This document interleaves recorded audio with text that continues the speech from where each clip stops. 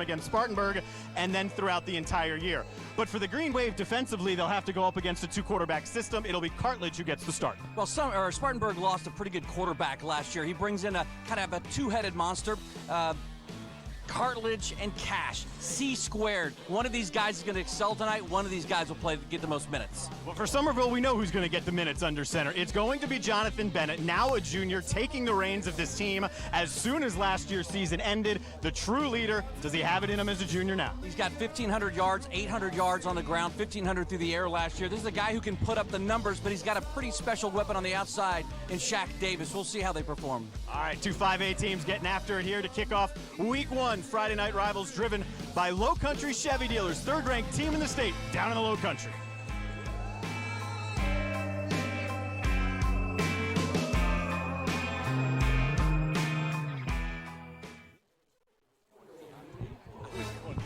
I can see. I was like, wait a second. No. You.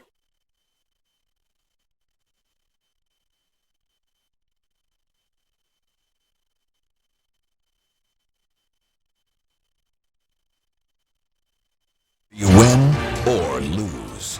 What matters is that you have a common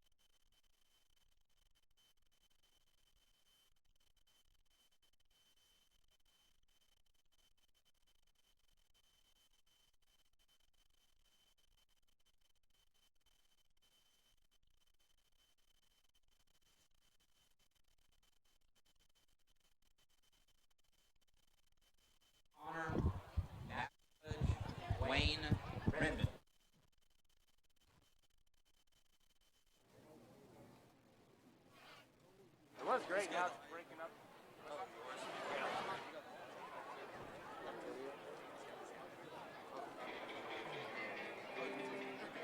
Cool. Not until they talk. And you might want to.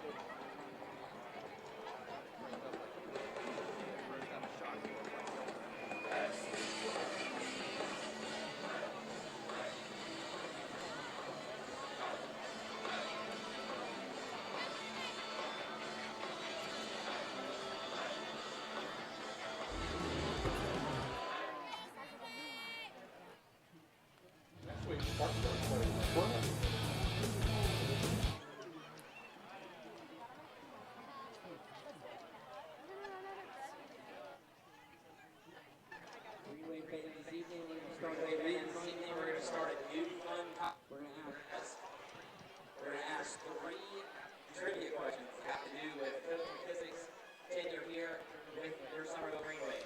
Whoa. We'll tell you where you need to go with the answer. Check 1 2 1 2. Oh wow. Well, that sounds good. It's a step in the right direction. I hear you. And also be able to enjoy the game from the air-conditioned principal box in the press box. The monitor is not on at the moment. Dean's not up here. He's not playing today. Oh, okay. Should I see something in my monitor? Okay, good, because I don't. Black. Nope. Captains for this evening's game. For Spartanburg. Well, hopefully you don't have to because it's the open. Number 10, Thompson Rule. Number 47, Connor Shooter. And number 61, Jamal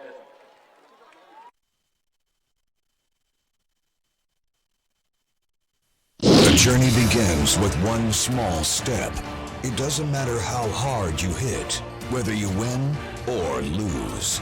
What matters is that you have a common goal.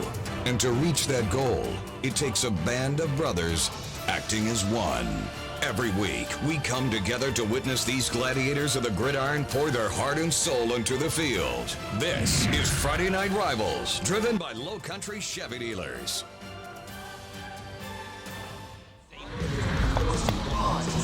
And from Memorial Stadium and John McKissick Field, we welcome you to Friday Night Rivals, driven by Low Country Chevy dealers, one of the premier matchups in all of South Carolina. The third-ranked Vikings of Spartanburg off a trip to the semifinals last year, opening the year at traditional Low Country power Summerville. Along with Dean Stevens, I'm Darren Goldwater. Thanks for joining us tonight. We're calling it week one of the high school football season. Over 100 different games around the state, so that's pretty fair. For these two teams, powerhouse teams, second meeting in as many years, key to get the season off to a good start. Well, I think Summerville brings a lot of confidence. They lost by 8 points. This is a team, Spartanburg, that nearly made it to the finals last year. I think Summerville comes in very hopeful tonight. They're hopeful that they can turn things around and hold on to the ball. That was the big problem for the Green Wave last year. Turnovers bit them against Spartanburg and then throughout the entire year. But for the Green Wave defensively, they'll have to go up against a two-quarterback system. It'll be Cartledge who gets the start. Well, Spartanburg lost a pretty good quarterback last year. He brings in a kind of a two-headed monster. Cartledge and Cash, C squared. One of these guys is going to excel tonight. One of these guys will get the most minutes. Well, for Summerville, we know who's going to get the minutes under center. It's going to be Jonathan Bennett, now a junior, taking the reins of this team as soon as last year's season ended. The true leader, does he have it in him as a junior now? He's got 1,500 yards, 800 yards on the ground, 1,500 through the air last year. This is a guy who can put up the numbers, but he's got a pretty special weapon on the outside in Shaq Davis. We'll see how they perform. All right, two 5A teams getting after it here to kick off week one. Friday Night Rivals, driven by Low Country Chevy dealers, third-ranked team in the state, down in the Low Country.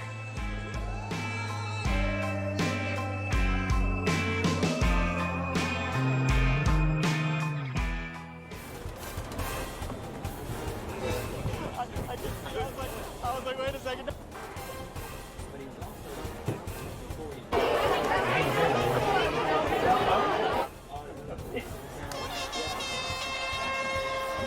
I'm Darren.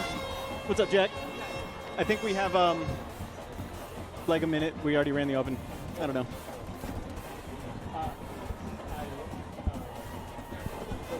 Kickoff. I don't know. What'd you put on?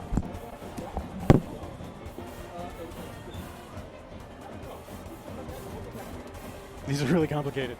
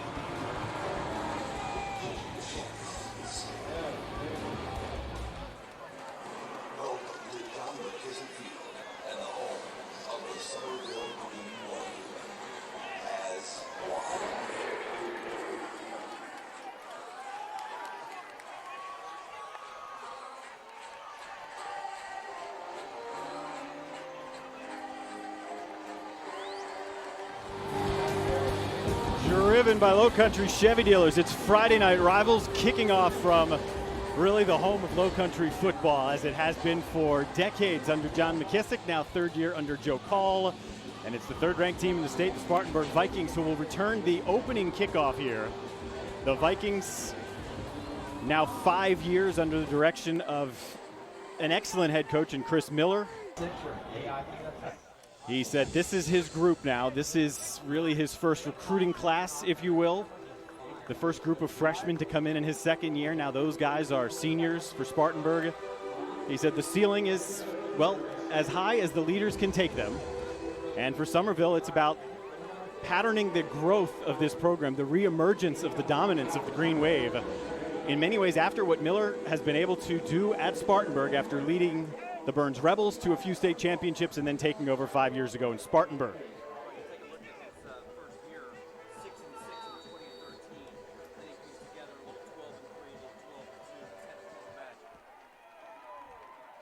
A lot of playmakers, skill positions are loaded for the Vikings. This is B.J. Roseberg, and Roseberg's got a wide opening up the far sideline. And this is how the 2017 season starts. All the way to the house for B.J. Roseberg.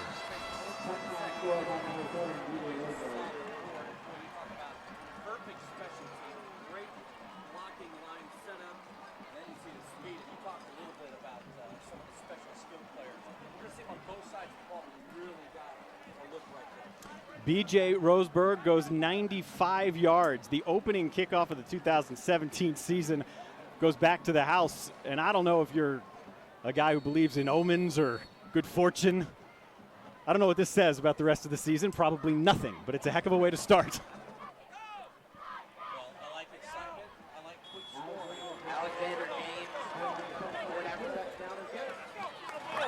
5'8", 150-pound senior B.J. Roseberg, who is starting to generate some college interest. He's really one of about 5 or 6 different Vikings that are on the radars of college coaches, including a quarterback that we'll see today. Dean just talked about him just a little bit. Probably the name of the year, Jax Cash. He will see some time at quarterback for the Vikings today. He's going to be playing baseball at South Carolina.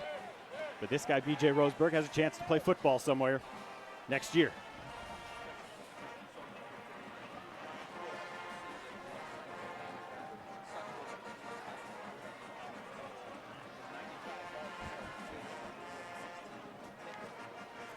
Certainly not the way Joe Call wanted year 3 to begin for him, and there are some new duties for Joe Call as well. He has resumed calling the offensive plays. He was the longtime offensive coordinator here under his grandfather, John McKissick, before taking over the head job.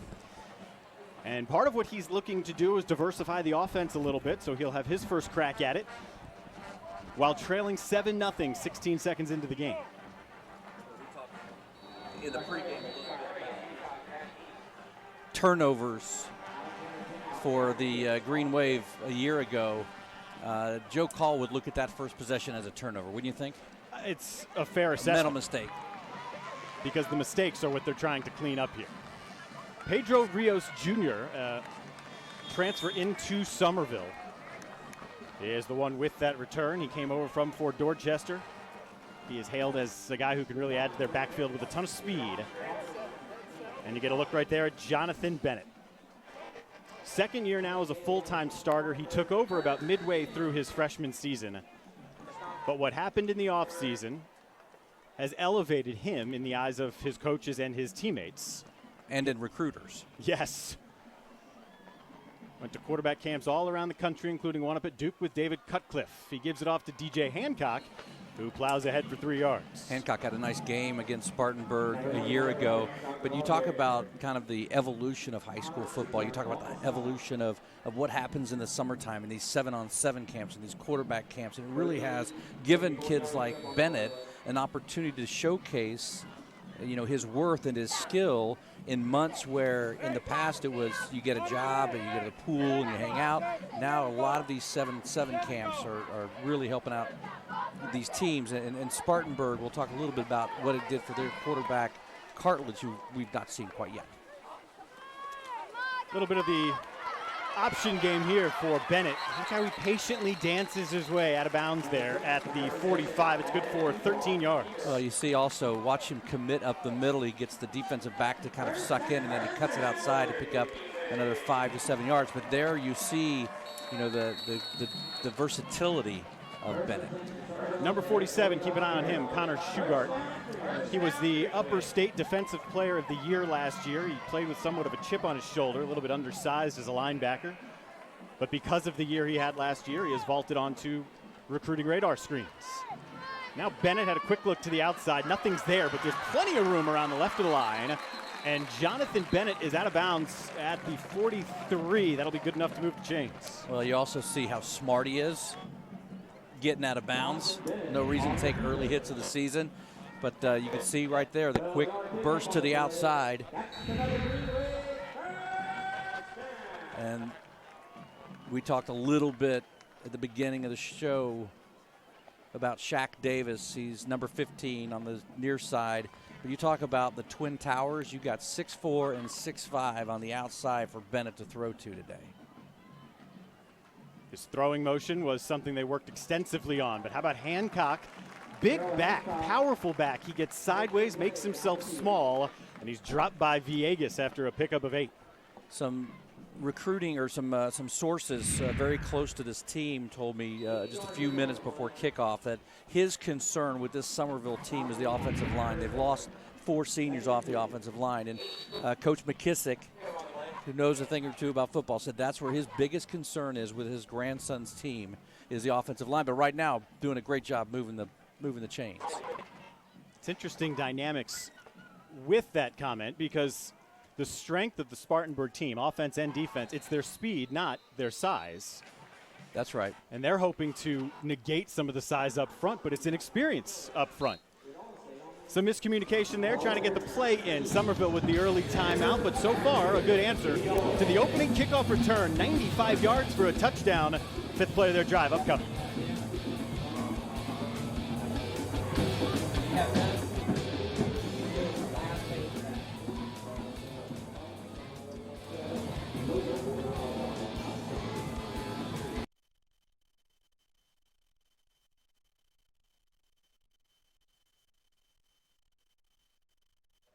I just thought.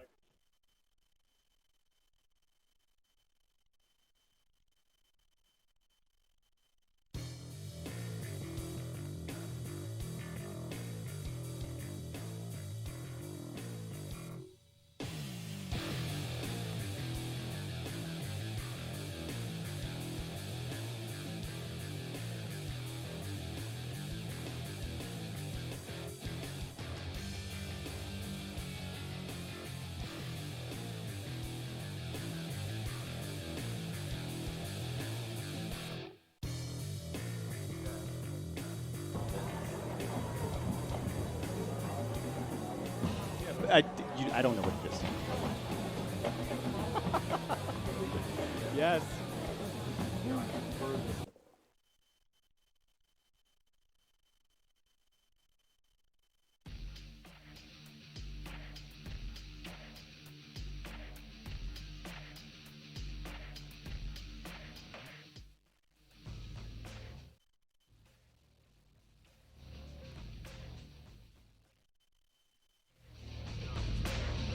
Good opening drive here for Bennett and company, and a chance for us to look at our Subway recipe for success. Oh, here we go. Spartanburg. For Spartanburg, you've got a heat advisory, right?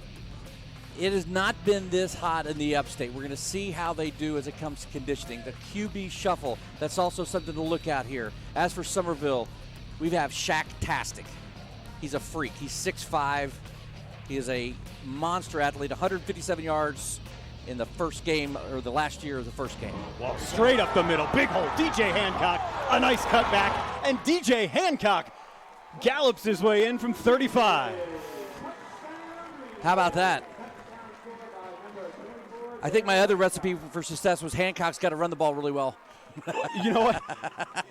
You get stung with a 95-yard kick return at your place to open the game, and you come back with 3 first downs on a drive and a run like that. So what does that tell you? It tells you that out of the timeout, Joe Call had a pretty good idea what to call. I think somebody upstairs saw something in that defense that exposed the middle, and I think the hit of the game, the referee taken out at the 2-yard line, but I believe the ref is up and looking good. Here's Quakenbush, and that'll tie the game. We expected a high-scoring game, a lot of athletes with an opportunity to play at the next level, 2 5A powerhouses, and so far so good with 14 points on the board just a couple minutes into the game. Well, I'm really impressed about how they answered. I mean, you could have taken that 95-yard kickoff and, you know, you have Summerville go 3 and out, and you got maybe a different kind of game early on. But Joe Call and Bennett running game, that's the other thing that impresses, right? if the offensive line is the part that concerns somebody very close to this program who knows a thing or two about football, they really did dominate the offensive line, or the defensive line at Spartanburg. But as you said, Spartanburg is not a huge defensive line. That was my other key to success, recipe for success, was the D big old line for Summerville. They are huge, 220, 293, 302. We're going to see that coming out in this defensive package. But right there, the Summerville offensive line really did prove its worth.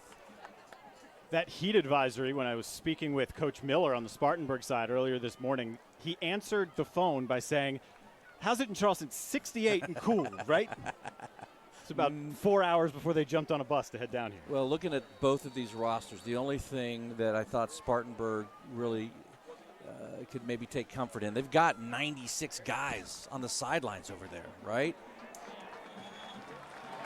In fact, when they were out for their pregame stretches, they were able to form a virtual square from the 40-yard line down to the 10. An impressive show of just sheer numbers. So if you get to a point in this game where if you've got guys you need to rotate in, they obviously have got the numbers to do it. I would assume they've got the talent to do it. And my goodness, it's week one, and look at the truck. You say I've got a bunch of guys, and boom, video. Right there. It's like they're reading my mind. Mid-season form. Way to go, guys. But that's the other thing that surprised me. Summerville, just 60 guys on the roster. There's been some turnover at Summerville. Accountability is a big word around here the last 2 years. Not just accountable to the coaches, but the guys playing next to you. Dean, you want to talk about the big guys in the middle? What'd I say? Ben Mitchum.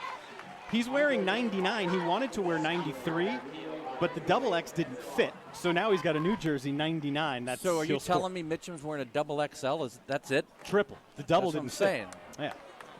Well, Mitchum a transfer over, but again, that offensive line, 6'3", 302 for Newton, 5'11", 293 for Mitchum. Bracey, just 6'4", 220. How about that? Kelly is the man in motion and the receiver. He's their deep threat, can't string it to the outside. He's caught by Deontay Geddes, the leader of this defense, who makes all the calls, and it forces 3rd and 5. Jimmy Bracey, number 7 on that side of the ball. Really nice block for Spartanburg to really get that play going. Chevy Silverado starting offense for Spartanburg. We just saw Romaine Kelly, but there's a number of guys you'll see used in a variety of ways. Foster had the opening carry. Then there was Kelly, and Tommy Washington, wearing number 1, is the most dangerous guy. The pass was intended for him, but instead it goes right to Colby Taylor, who had dropped off in coverage, and the Green Wave are positioned inside the 30. Hartledge kept his eye on that receiver the whole time. The issue, my question is, Colby Taylor never really broke on the ball. He just was kind of standing there. So, you know, this is the kind of start that Coach Miller takes a look at and says, all right, let's roll a quarterback in here. But again, you're trying to look over a line of scrimmage that we got the solar eclipse coming up. This is kind of like the wave eclipse. Stretch? Nope. No? Okay. No stretch at all. Okay. It was right on. We're not going to back off the wave eclipse. Go to the end zone. How about Bennett? Look at that. Plants, fires back across his body to the big target. And it's Shaq Davis. 1st and goal at the 4. Shaq Davis, very first game as a Summerville Green Wave last year against Spartanburg, 157 through the air. 157 through the air. I've seen him play basketball. He is a lot like Ortre Smith. He is a lot like Ortre. He is physical. He can absolutely jump out of the gym. And when you've got a receiver that size and a Bennett who can throw the football, I think you're in pretty good shape. That's the biggest improvement from last year to this year for Bennett, the mechanics, something that Joe Call really prides himself on. Sweep here to Hancock. That's not going anywhere. Satorian Mobley, the leading returning tackler of the guys up front for the Vikings, in to make the play in the backfield. Yeah, really nice play by 56. It's your Zaxby's fans cam. I think we're going to need to know the name of Mr. Zaxby. Maybe we'll have a name the Zaxby chicken. See how we do. We can run that contest. Mm-hmm. Yep. And the winner would get to sit up here in the booth with us for an upcoming Friday Night Rivals game. Oh, what a treat that would be. Mm-hmm. 2nd down and goal now for Bennett. And And we have our first flag of the day. Let's delay a game. Bill Peters is our lead referee. Call that a mental mistake. You've got second down inside the 10-yard line. You know, I was sitting here thinking, what do you want to do? You want to pound the ball inside, or you want to try to throw it up again? Now, we talked a little bit about Shaq Davis, but on the other side is, you know, you've got 6'6". Coming up, we'll check in with the third member of our crew, Brody Hart. That's Anthony Gregg, number 10, the top of your screen. Roll the pocket here for Bennett. This is one of those things that can protect the offensive line. But the secondary stays home. He runs into the arms of the safety, Josh McKinney, 3rd and goal. I would think that he had the option, a throw option on that pass if Shaq was open in the corner of the end zone, but Spartanburg doing a nice job on coverage back in the corner. You know what Joe Call said that I found interesting? Jonathan Bennett is a junior now. The way he conducted himself in the weight room in the offseason, said he was really patterned after Deshaun Watson and how big and physical Watson could be. 3rd down, quick drop, slinging it for Davis, and he was blanketed there by Roseburg, who had the opening touchdown of the day on that kickoff return. Well, Bennett put a little zip on it where I don't know if you want to just kind of loft it up. I was telling you earlier, I've seen a guy jump. It's, you know, his head is to the rim, so I mean, literally you can throw that ball 13 feet in the air and he's going to catch it. But again, to be able to come back and the opportunity to turn that turnover into points here, even if it's just 3, is a win. They backed up after the 24-yard hookup to Shaq Davis, put him at the 4.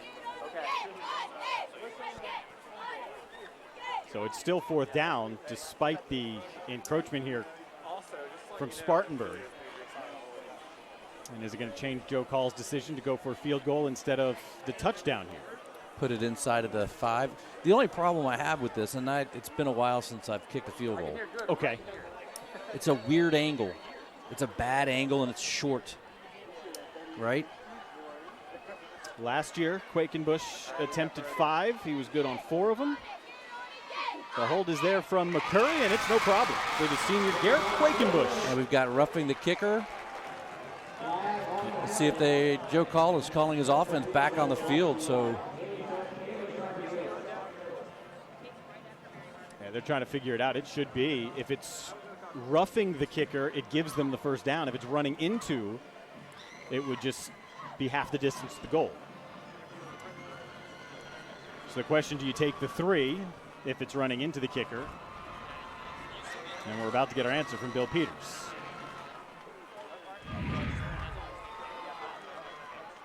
looks like they took the points. Took the points, and then maybe you're able to scoot up and kick it away from B.J. Roseburg. While they sort this out, we're going to check in with Brody Hart.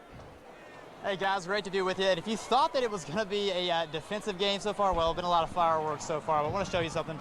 Take a look at the scoreboard over here in the end zone. A lot of history here for the Summerville Green Wave. Actually, quite a bit of history between these two teams as well. They played last year. Summerville headed up to Spartanburg, came back defeated. So if there's not enough of a little bit of motivation to get back at them, with this being the first game, a little added motivation with that right there. We'll have plenty going on throughout the rest of the night, throughout the season, guys. Good to be back with you. Send it back to you. Always nice to have Brody back. I mean, his rookie year was rough. There was a little bit of broadcast hazing going on. Yeah. He stood up to it, came back, tougher. I had to school him on the wireless down there just a minute ago.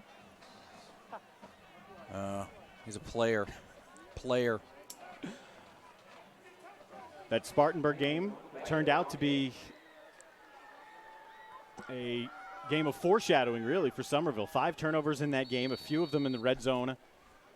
Joe Call felt as though they should have won that game. Same story when Dutch Fork, the eventual state champion, was here. That game was in their hands as well. Speaking of hands, it's off those of Foster, and it'll be a touchback. 25 turnovers last year for Summerville, so roughly a little more than 2 a game. And you stay away from that, and you're able to control the ball like they have today, they're going to win a little more than they did a year ago. Meanwhile, the talk up in the upstate area, the region that Spartanburg plays, Region 3, 5A, it's hard to argue that that's not the best region in all of South Carolina football. Spartanburg, like it? Dorman, Boiling Springs, they're pretty solid. Burns. Right. So this is a year, despite the strength of that region, that Viking fans are clamoring for, believing, hey, we were a game away from the championship last year. Maybe this is the year that we're going. And played a really good Boiling Springs team to a point, 14-13. And then you flip the table on Summerville, and you look at their losses. You talked about the total number, but, I mean, they lost to Dutch Fork early in the year by 2, right? They lost to this squad by 8. There was a 3-point loss to Ashley Ridge. Lost by 23 to Fort, which most everybody lost by 23 to Fort. And then lost to, probably their worst loss of the year was to Wanda, 51-49. And then Dutch Fork beat them pretty good in the playoffs. But you take a look at the Summerville region. I think Ashley Ridge is going to be very good this year. Ford is going to be excellent this year. Goose Creek will certainly be better than they were a year ago. And we talked about, Scott Eisberg and I talked about this for a while when we were doing our high school special on Facebook, is that, I'm a big believer in quarterbacks. You bring me back a quarterback like Bennett, and I'm going to tell you you're probably going to win over a team that's got 2 brand-new quarterbacks. Even though Cartledge is a junior, had a very good summer playing 7-on-7. But again, you're playing full tilt here. First carry of the game for Long, and Bracey, the converted tight end who's now found a home at the defensive end spot. Well, he had him stopped, but look at the legs churn here for Jarrell Long. They just let this play keep on rolling, and he's got 7. And while we have a minute, we're going to throw it on down. Mary Margaret Nelms is down there. The reason we can show you all this great high school football, general manager of WCIV. Hey, that's right, guys. So here with Mary Margaret Nelms, as you said, the general manager of WCIV. So, Mary Margaret, this is the first game of the whole season. What can we expect here with the rest of the year for Friday Night Rivals? Well, we're excited to be in our 8th season of Friday Night Rivals, and we have 9 more games this season. And then at the end of the season, we're going to be bringing the state championships live from Williams-Brice Stadium. It's on Saturday, December 2nd. So that'll help our end of the season. All right, Mary Margaret, I've got your back if we've got anything that's going on over here. But, this isn't just about football, right? So, I mean, we're Friday Night Rivals, we're giving back, right? Yeah, over the past 8 years, we've given over $80,000 in grants and scholarships along with our sponsors. And this year, we're going to be giving $5,000 in grants and another $5,000 in scholarships from David Ayler Law Office. So thank you to our sponsors. All right, Mary Margaret Nelms, thank you so much. Thank you, Brody. All right, guys, you got to be my eyes and ears up there when we do these sideline reports. So not back to you. Brody, Mary Margaret stepped right in. Anytime we throw it down to you with an interview, there's always a big play. That one's 25 yards to Romaine Kelly. Hey, what's the over-under on how many times when you come to me this year for a sideline report, there's a big play behind us? 10. Easy, once a game. Easily. At least once a game. Probably once a half, Dean. Marquise Leslie almost with a pick on the previous play as well. I don't know if that counts as I guess that would be an almost big play. But I'm going to tell you right now, Mary Margaret Nelms, she's no stranger to the sidelines of football. I can't really go in more than that. But she has sideline awareness. She knows what's going on. She's not going to get hit. She's not going to get hit. No, but if she's on the top of one of those towers in her older days, she might fall. I don't know if that happens. I don't know what you mean by older days, but when she was in college. Oh, big hit on Cartledge, and that one sails out of bounds as he was looking for Kelly. That was second straight play there for Geddes. Cameron Williams. Was that Cameron Williams, 21? I think 31. Speaking of older, my eyes are older. My goodness, that set up perfectly for Geddes. Now you see why this guy led the team in tackles a year ago. Look how fast, quick to the ball. Not sparing, really well done.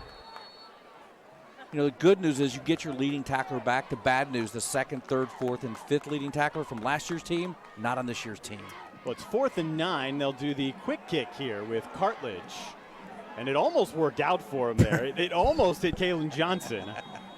Olin McCurry reminds him, hey, buddy, that's Graham. Check it, not Olin. Stay out of the way, that one. This is how old I am. I looked down there for a minute. I thought number 20 was Bernard Rambert. Remember Bernard Rambert? No, you're showing your age. Man. He was a great running back. Went on to play at Clemson. Number 20. Fair enough. Yes, sir. So right now, Summerville gave up a 95-yard kickoff return to begin the game. After that, got an interception, then forced that punt there from Cartledge. So the defense is tightening. And Jonathan Bennett has led a couple of good drives, although the last one stalled and resulted in just 3. That's a great read from Bennett on the read pass option. You know, there was 2 great reads on that. One was not handing the ball off, and then not going initially into the line of scrimmage and then busting it back outside for a pickup of 5 or 6 yards. And you go back to the quarterback experience. That is the experience of a kid who's played in the system for 2 years, on the field in the system for 2 years. And when you've got the experience and the trust in a guy like Bennett, you know he can make that play while under fire. This time he gives it off through the middle. And very close. They'll be about 2 yards short of the first down. That's another carry for Hancock. You know, we've had such great memories of the stadium and some of the people who passed through and some of the characters who played the games here.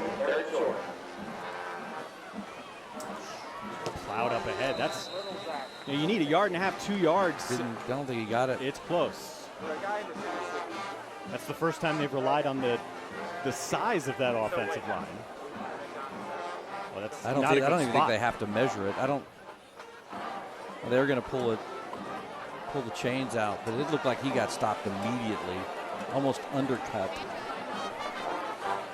He needs the 27.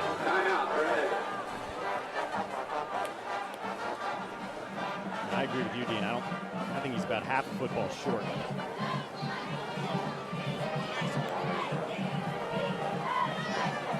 Maybe a whole football short. You know, regardless, it's still short. Yes.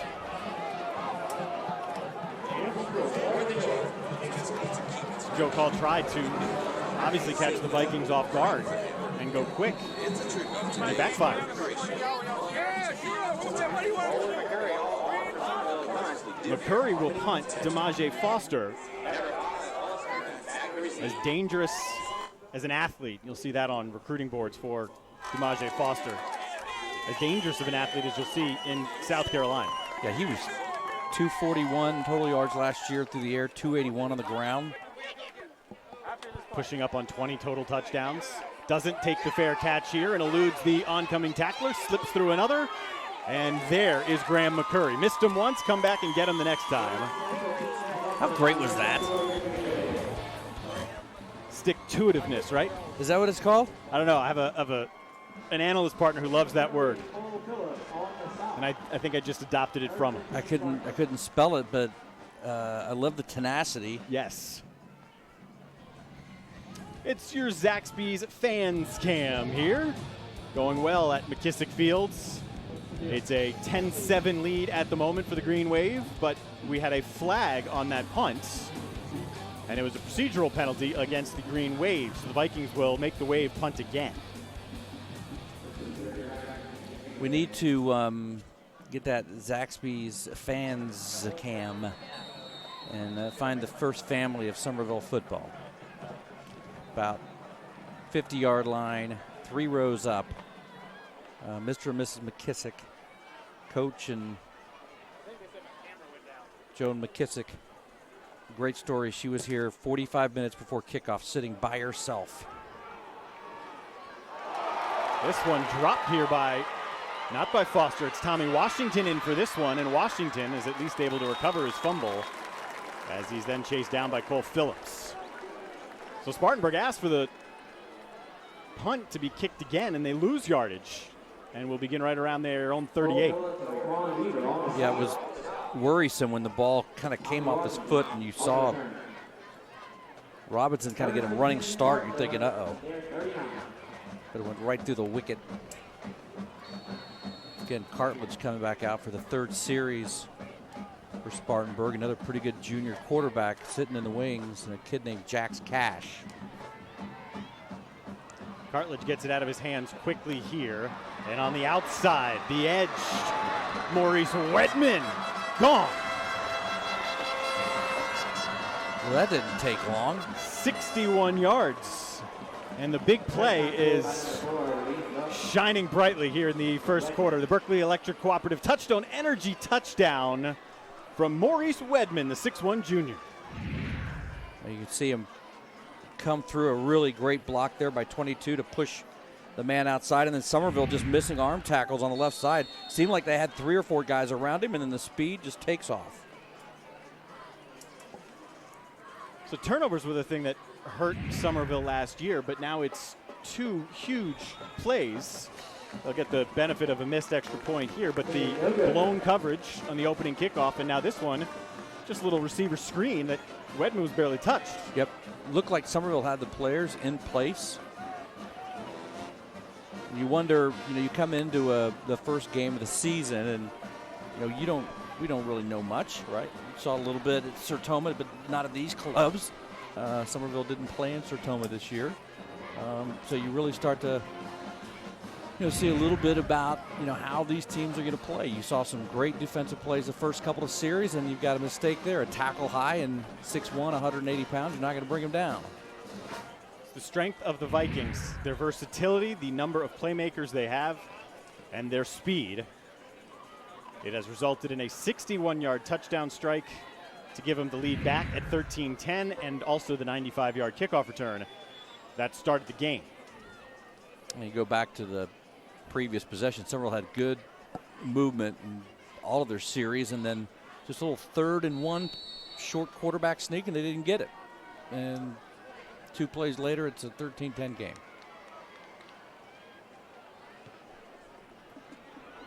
This one twisting its way out of bounds.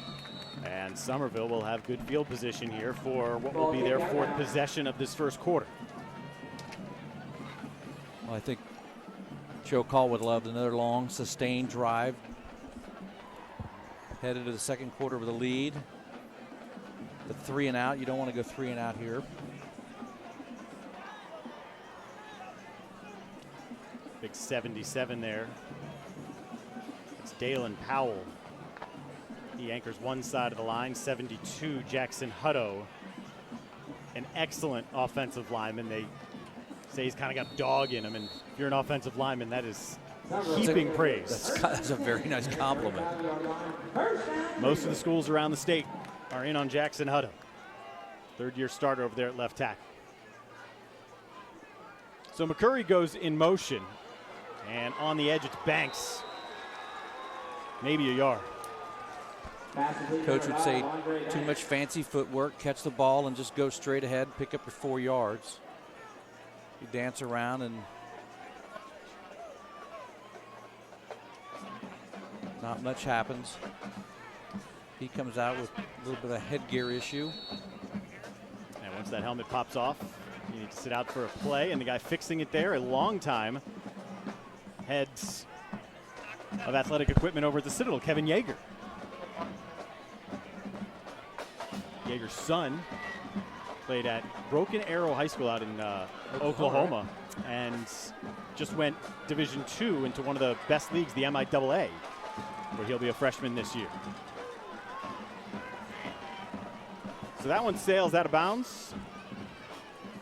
And Summerville 0 for 2 on 3rd downs, has a 3rd and 9 coming up. Looked like he was trying to hit his big wide receiver on the outside, Anthony Gregg, but Gregg couldn't shake the defender loose. Bennett decided to go ahead and just play it safe here and give himself another play. Which again shows a little bit of the maturity in a kid who's come up and played early on. Flags are out. They've been thrown on the near side before this play. Those are McCurry's gloves. Okay, they just happen to be yellow and down. Jonathan Bennett, meanwhile, takes our attention back to the field as he slips through the line and finally out of bounds at the 46. And McCurry set up in the slot on the near side and all of a sudden just started taking off clothes. First down, Greenway. And you don't have a 16 or 17-year-old quite yet, but that's much like how they treat their rooms. They just kind of throw stuff on the ground. And I believe his dad came over and picked him up on the sidelines for him. There were a lot of palms to the sky. How come 2 yellow things are just thrown out onto the field? I might not have a teenager, but I have a 4-year-old. Same thing? Exactly. By the way, what a great play by Bennett. I'd like to see him tuck the ball under a little bit, kind of carrying it loose as he's running through traffic, but the first third down and a big one. 16-yard run to convert that third down, keep this drive alive, give him even more breathing room as Hancock, with the short, quick steps, bounces off the first hit and picks up 8. And keeping an eye on the outside to see how they're playing Shaq Davis, who's got 1 catch so far in the first quarter. Nothing thrown over to number 10, Anthony Gregg, and they're giving him a little bit of room, about a 10-yard cushion. The last thing you want to do is let this guy get behind you. McCurry doesn't like the white gloves either. He just threw those back toward the sideline as well. At least it doesn't give the impression of flags. There's Hancock falling forward for the first down. The final hit applied by Carlos Watlington. Summerville very deliberate running the ball most of their drives, thrown it 3 or 4 times, but you go again, you take a look at the heat, you don't want to wear him down. Let's wear him down in the first quarter and just kind of pound away. I don't have the stats. We're working on it right now, the number of plays Summerville's run compared to Spartanburg. I think it seems like it's been a big difference. Should be about the 19th play with my quick math, and it is. It's a huge difference. There's only been 1 decent drive for Spartanburg. They had a quick turnover. There's Hancock protecting the ball like you wanted from Jonathan Bennett. He was chased down by Nick Dixon, the defensive lineman. Dixon made a nice play to come back, pursue the ball from the backside. That's where you see a lot of turnovers, a lot of fumbles coming. Somebody coming to the backside, running back there to see it. Strips. Hancock is having himself played for a 35-yard touchdown run on the first possession for the Green Wave. Another couple big runs, big first down runs. This is 2nd and 3. Bennett elects to give it back into the belly of Hancock, who picks up another first down. On the edge, it's DeAndre Miller with the stop. Kid, not a surprise, ran for 897 yards a year ago, picked up about 5 yards a carry, but you see, you got a kid that size, right, 5'8", 160, who can run between the tackles, and that's the speed to do what we just saw right there. It's a good get. And it is the end of the first quarter. A quarter that featured big plays from Spartanburg, a kick return for a touchdown and a 61-yard pass play, and a grinded-out style for the Wave that resulted in a touchdown and a field goal. The Wave on the move after a quarter of Friday Night Rivals, driven by Low Country Chevy Dealers. There are 2 more questions. In what year did Coach McKissick set the record for the most?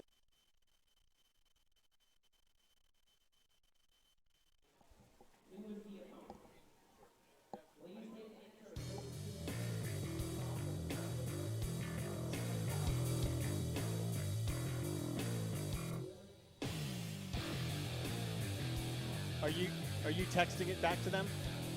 Are you? No. I'm texting Andy Demetri. No love for me, huh? How many yards rushing? I don't have the number. I would think they can hear us. Can you guys hear us in the truck right now?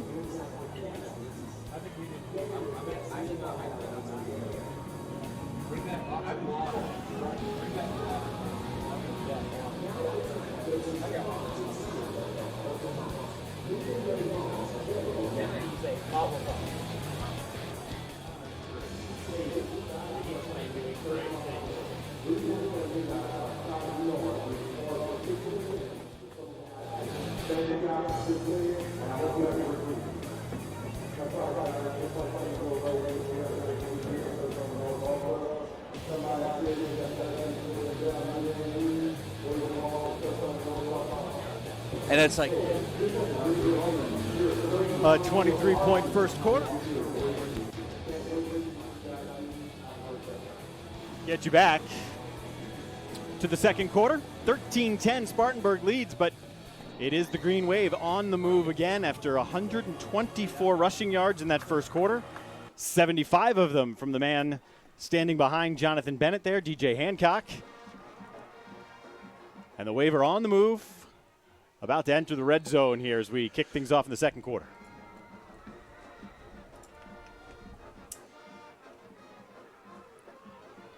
Here's Hancock once again, cutting inside the end, Watlington to pick up maybe a yard and a half. Watching the offensive line, just watch them. They're getting a great push. I think they're getting a little more success between the tackles than they are, off the tackles to the wide receiver side. Just got a note that Wando's game, scheduled for a 7:30 start down at Buford, has been pushed back to an 8:30 start because of the heat.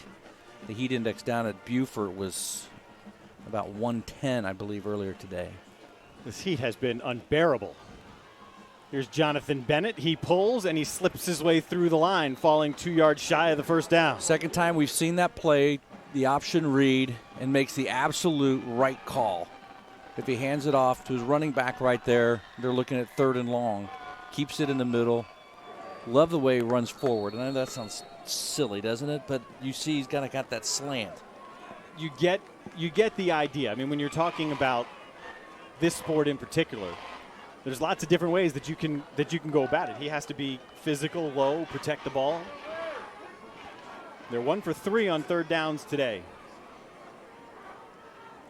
Need 3 yards here. This is Hancock. There's the first down, but shy of the touchdown. Grabbed at the ankles at the 5. Josh McKinney saved the touchdown. Would I be premature to say that I've been really impressed by how clean Summerville's played? I think 1 penalty on a delay game. That is it. It was part of the reason they settled for a field goal on their second drive. And Spartanburg has taken a timeout here. You said clean. What was in my head was under control and calm. It's a different look.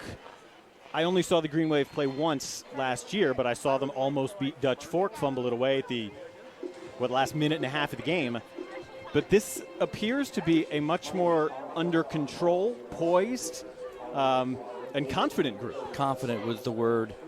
I was talking clean, more along the lines of mental mistakes, because that's kind of where we started with our opening in the show, and what held this team back a year ago from putting more wins on the board. But no turnovers, 1 penalty in the first 14 minutes. But, I think it's important to talk about this as well. This is Joe Call's 3rd year, right? The first year he was 4-6 with an interim tag, right? Yes. Interim tag. Big question mark over his head. He gets the job on a permanent basis last year. I think you got a more confident Joe Call on that sidelines and really able to kind of do exactly what he wants to do and not worry about who's looking over his shoulder. 1st and goal now for his junior quarterback and his tailback Hancock, who is pushing that pile with some help from his guys, and he's in. Love it. Touchdown, Green Wave, the 2nd of the day for Hancock. Teamwork makes the dream work, right? And it makes the Berkeley Electric Cooperative Touchstone Energy touchdown for Hancock, number 2. Indeed. What's up, ladies? We have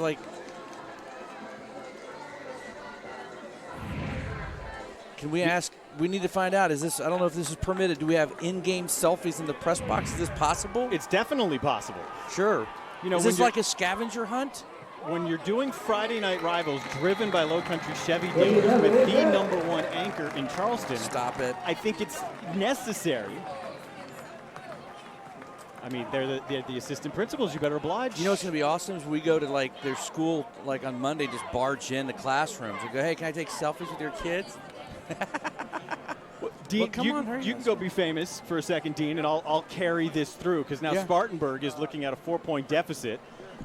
They were worried about the size and the physicality of Summerville's offensive line, and that certainly has become true. While Summerville's saying we have to work these guys in a little bit, protect them with some of the run-pass option stuff that we've seen Bennett run very well.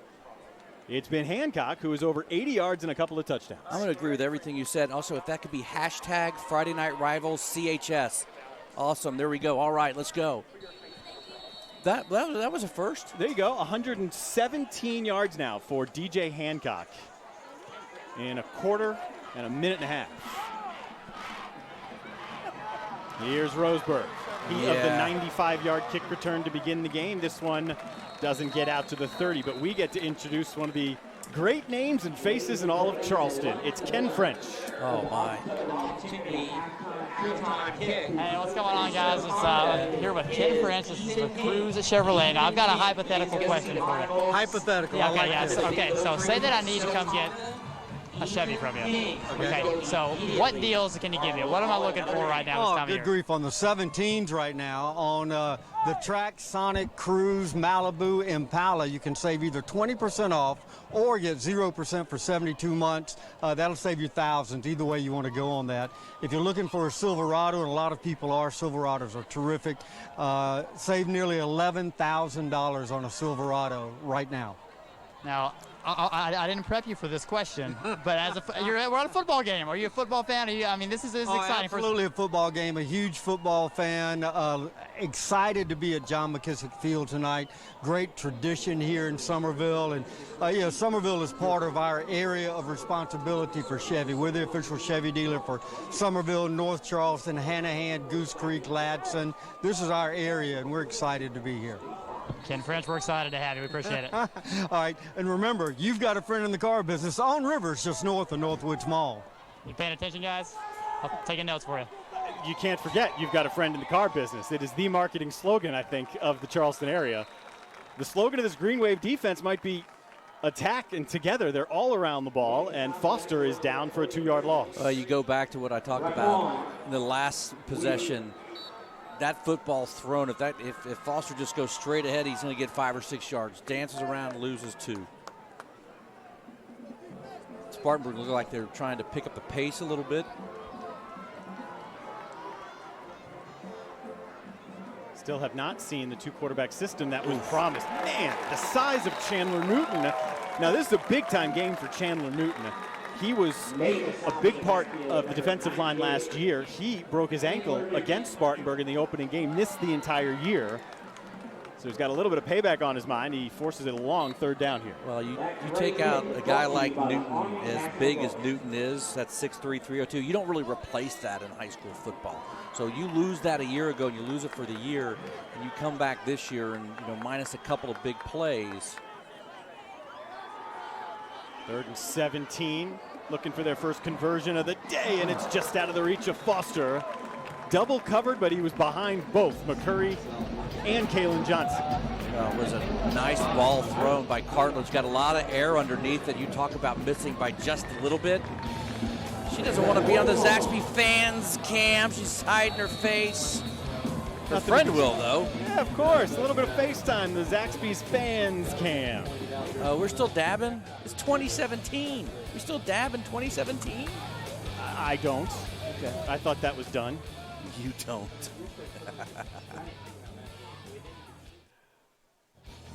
So the Green Wave force another punt here. This is Tommy Washington, very dangerous athlete and the lefty, who tumbles one that bounces in front of McCurry, and he'll get a heck of a roll out of it, down to the 11. I think Curry made the right decision letting the ball go. He had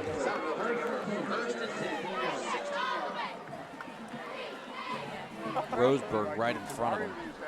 51-yard punt. And Summerville will start just outside of its 15. We talked about the end of the first quarter and how important it was to get a nice, long, sustained drive. They did. They finished it off with a touchdown in the second quarter. You look at it, 8 minutes on the clock here, heading into halftime. If they could put another 5 or 6 minute drive together, wear out the Vikings up front, go up 24-13. Let's see how they attack. Time of possession largely favors the Green Wave. They have had a number of sustained possessions. This one's going to start with a loss. Nick Dixon not fooled by Bennett. He's going to lose 3. Yeah, nice job by Spartanburg's interior. Keeping an eye on Bennett. Those run options that had been favoring Summerville and Bennett up to that point. It was really the first time they'd stopped that play. You could see the difference defensively. The reason it has worked in the past, the aggressive nature of the Spartanburg defense, trying to utilize that speed. Summerville's been using it against him with the change of directions, but that time it was Dixon who stayed home. That looked like a busted play. I think that was a busted play. And Bennett. Confusion somewhere. Bennett will get it straightened out. You usually can tell who went the wrong way when the quarterback gets into the huddle.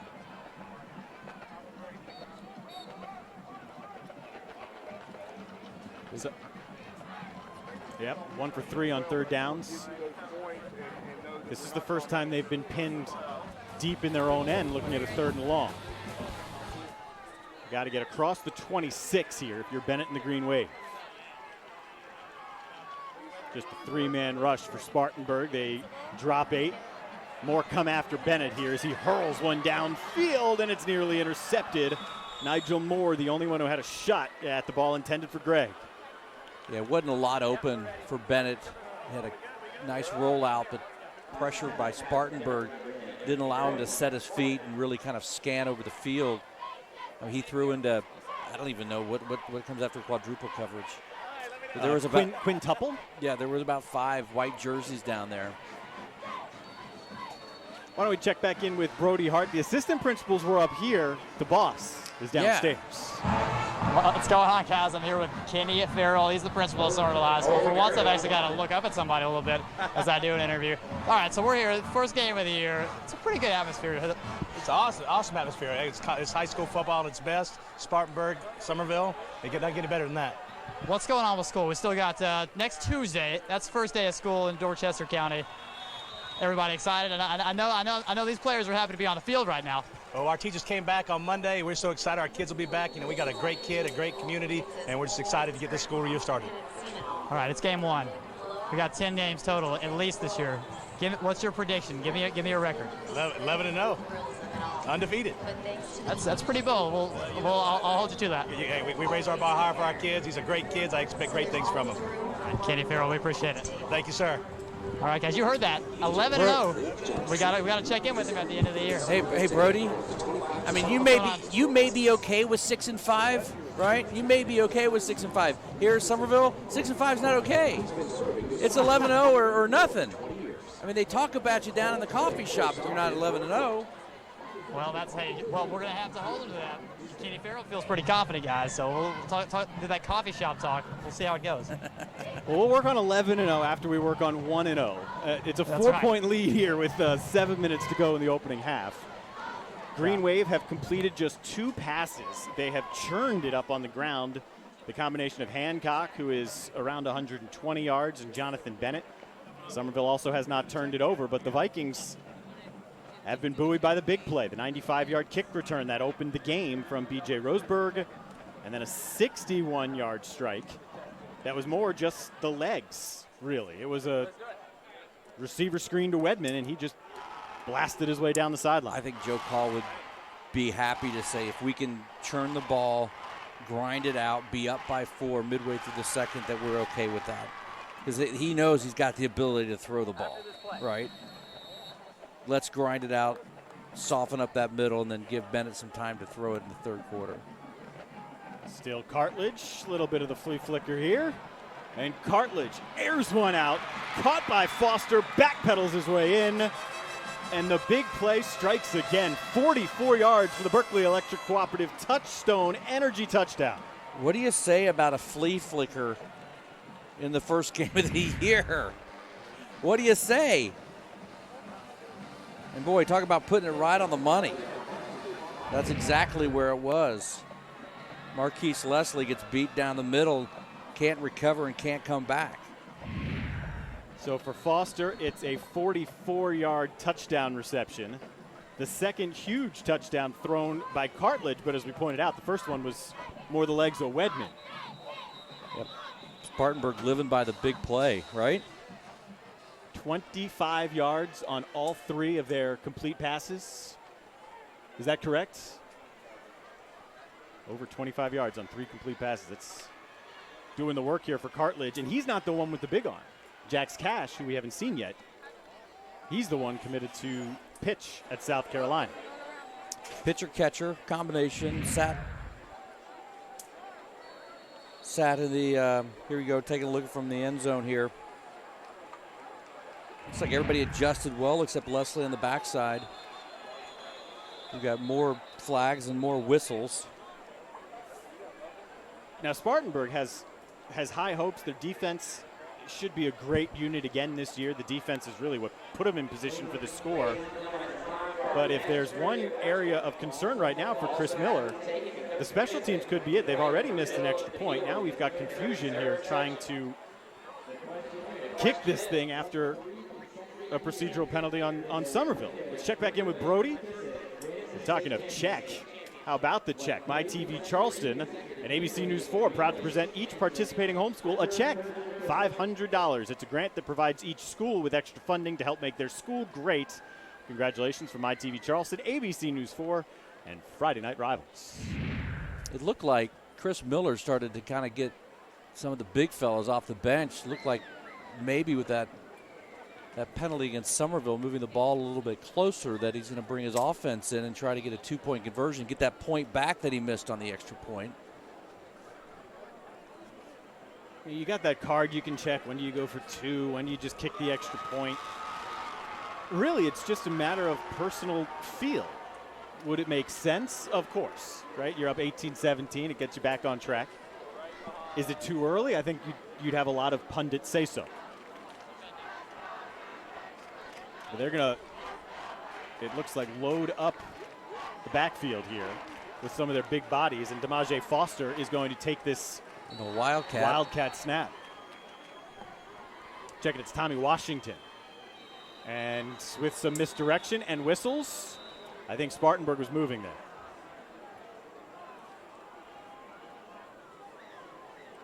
And they were. We've got a new quarterback sitting back there. Never know what's going on with the call, with the cadence. Now we're going to kick again. Now we'll kick again. This is now the fourth attempt at this extra point. There was one that had the offsides. The second one looked funky and resulted in a timeout. Then that was the third. So here's the fourth. So once again, the special teams unit, that's an area of coaching for Chris Miller and company, and that one was nearly blocked. McCurry almost came through and got that one. That's a lot of dancing around for a touchdown and an extra point. For a point. 20-17, the Vikings lead at 6:45 to go here in the first half.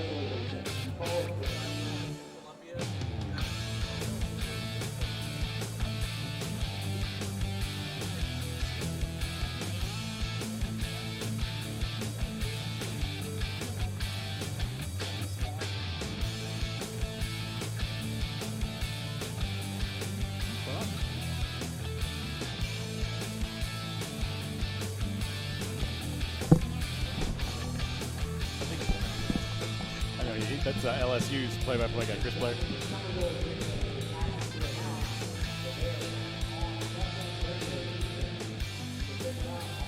Just write down your 20-17 our score. You know what? It's not. It's 19-17. That's correct. Our guys in the truck, I was giving you some heck. The scoreboard says 20 because of the confusion about going for two, but they did eventually, on their fourth try, just kick the extra point. No, I think it's 2017. Right? It was 13. It was 10-7 Summerville, 13-10. Because they missed the extra point. See, someone's got to keep me in line. Nonetheless, it is a lead for Spartanburg here. The big play really has buoyed them. All of their touchdowns are 40 yards or more. A 95-yard kick return, a 61-yard touchdown pass, and a 44-yard strike right there. So really it's a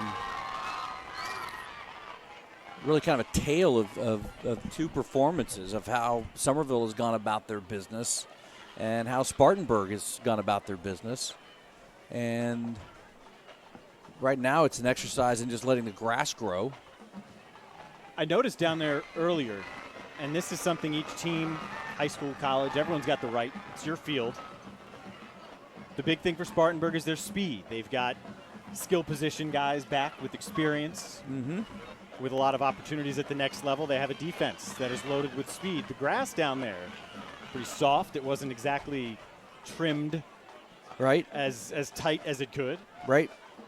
But it hasn't stopped the big playability of the Vikings. But that's called home field advantage, isn't it? Yes. Yeah. Just pointing it out. I like it. Oh, a little pooch kick. And it is caught and secured by Summerville's Carson Limehouse.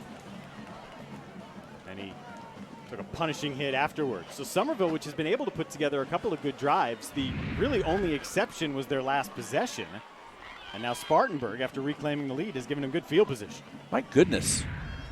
Carson Limehouse, 6'2", 182 tight end, really makes, I think, the play of the game right now. If that, you don't want to give the ball back to them down 3, but we're going to have to work on the fair catch signal next time. Yes. Right? It's been largely on the ground for Summerville, mostly with this young man, DJ Hancock, who is wrapped by Shugart. First time we've called the name of the Upper State Defensive Player of the Year last year. He limits Hancock to about 4 as he works his way over 120 yards now on the night. Well, this is really, as we start off another year of high school football, the way this, the way technology has changed the game. This is the first time ever that we're simulcast on ABC, but also the first time ever we're live streaming the game on Facebook and Twitter. Tons of ways to watch Friday Night Rivals, driven by Low Country Chevy dealers and pumped on the gas by DJ Hancock, who plows his way down to the 24. That's 23 more yards for Hancock. My goodness.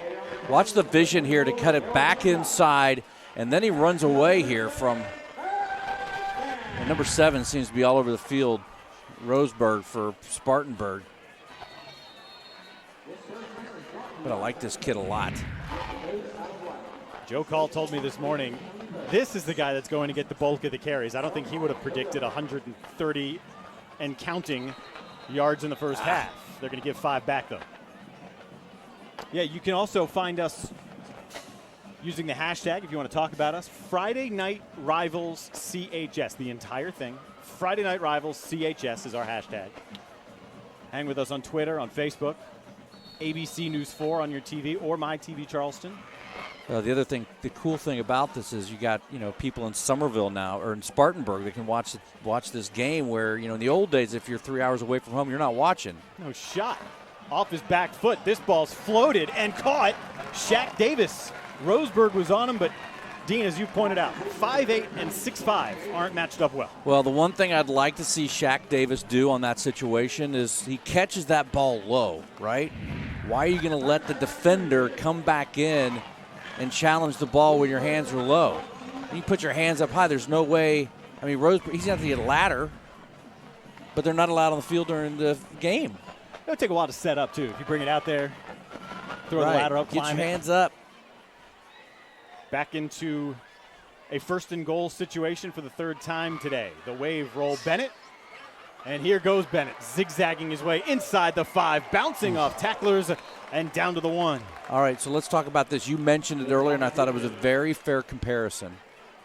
And by the way, once you start telling people they can talk to us on Twitter, then people can just talk to us on Twitter. Yeah, not good things on Twitter, though, right? Oh, I thought social media is all about positivity these days. Not so much. Oh, so the fair comparison when you said Deshaun Watson earlier, right? Watson going into his senior season put on about 20 or 25 pounds of muscle. That's exactly what this kid did coming into his junior year of high school. Put on 20 pounds, right? And in a situation you get down to the goal line like that, you can really see that you can put your head down and start moving some people around when you get to the 2-yard line. And bounce off some people. This is likely movement against Summerville.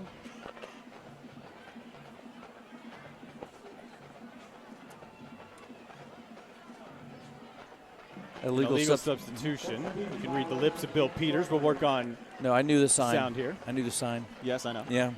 Right hand above heart, left hand extended. That's the legal substitution every time. I'm pointing out, if today you can't hear Mr. Peters, maybe next Friday you can. Yeah. We have silenced him. 2nd and goal. While it was Spartanburg making some of the big plays, Summerville's Hancock is busting a nice run here. A penalty, just half the distance to the goal. It moved the ball about a foot. Geddes, the linebacker, is the fullback in this set, but it's going to be Bennett who takes it himself. First touchdown of the day for Jonathan Bennett. And the lead seesaws back into the hands of Green Wave with the Berkeley Electric Cooperative Touchstone Energy touchdown. I would tell you that Jonathan Bennett learned a thing or two. When they had the 3rd and short and tried the quarterback sneak and they were stopped, same thing right there. Spartanburg gets the push up the middle. If he tries to stay inside, he doesn't get it. Rolls off of his guard, and his tackle slides in for the touchdown. Hancock has a couple of touchdowns. Now Bennett has gotten on the board as Quakenbush makes it a 4-point lead for the Summerville Green Wave. They take advantage of the high, short pooch kick and go just 57 yards on that drive. Capped by the Bennett touchdown run, highlighted by the jump ball to Shaq Davis that put him down there inside the 10. So I had a great conversation with Coach McKissick and his wife. Literally 45 minutes before the game, she is sitting in the stands by herself. And I said, Miss McKissick, it's 105 degrees out here. I said, what are you doing? She's like, I've done this for 60 years. That's all I know. I said, where's Coach McKissick? She said, you got to come sit with me. He goes, I'm not coming to sit in that. She goes, I did it for you. Now you do it for Joe. But he looks good. He's in his 90s. She's coming up on a birthday. He said, I'm getting a little shaky, but he's like, I'm 91. I should be shaky. Yes, and where did he want to sit or stand? He's about 3 rows up on the 50-yard line. I think he was down in the shade. But I told him, I said, you can't leave a beautiful lady like this sitting in the stands by herself for 45 minutes, Coach. Not a good idea. She stood by him for over 700 wins, the all-time wins leader at any level of football. I said, what's it been like the last 3 years? He goes, the biggest thing I've learned in retirement is that I don't know how to do anything around my house right. I don't load the dishwasher right. I go, I bet you don't make the bed right either, do you? Nope, I don't know how to do that right. Or fold the sheets, the bottom sheet. Mm-hmm. So good to see him. From the 9, this is B.J. Roseberg, kind of a carbon copy of his last return, angling back to the other side of the field. And he has dropped the football. Tommy Washington's on the top of the pile. That's number 1 there for Spartanburg, but who's on the bottom? There we go. The McKissicks. There we go.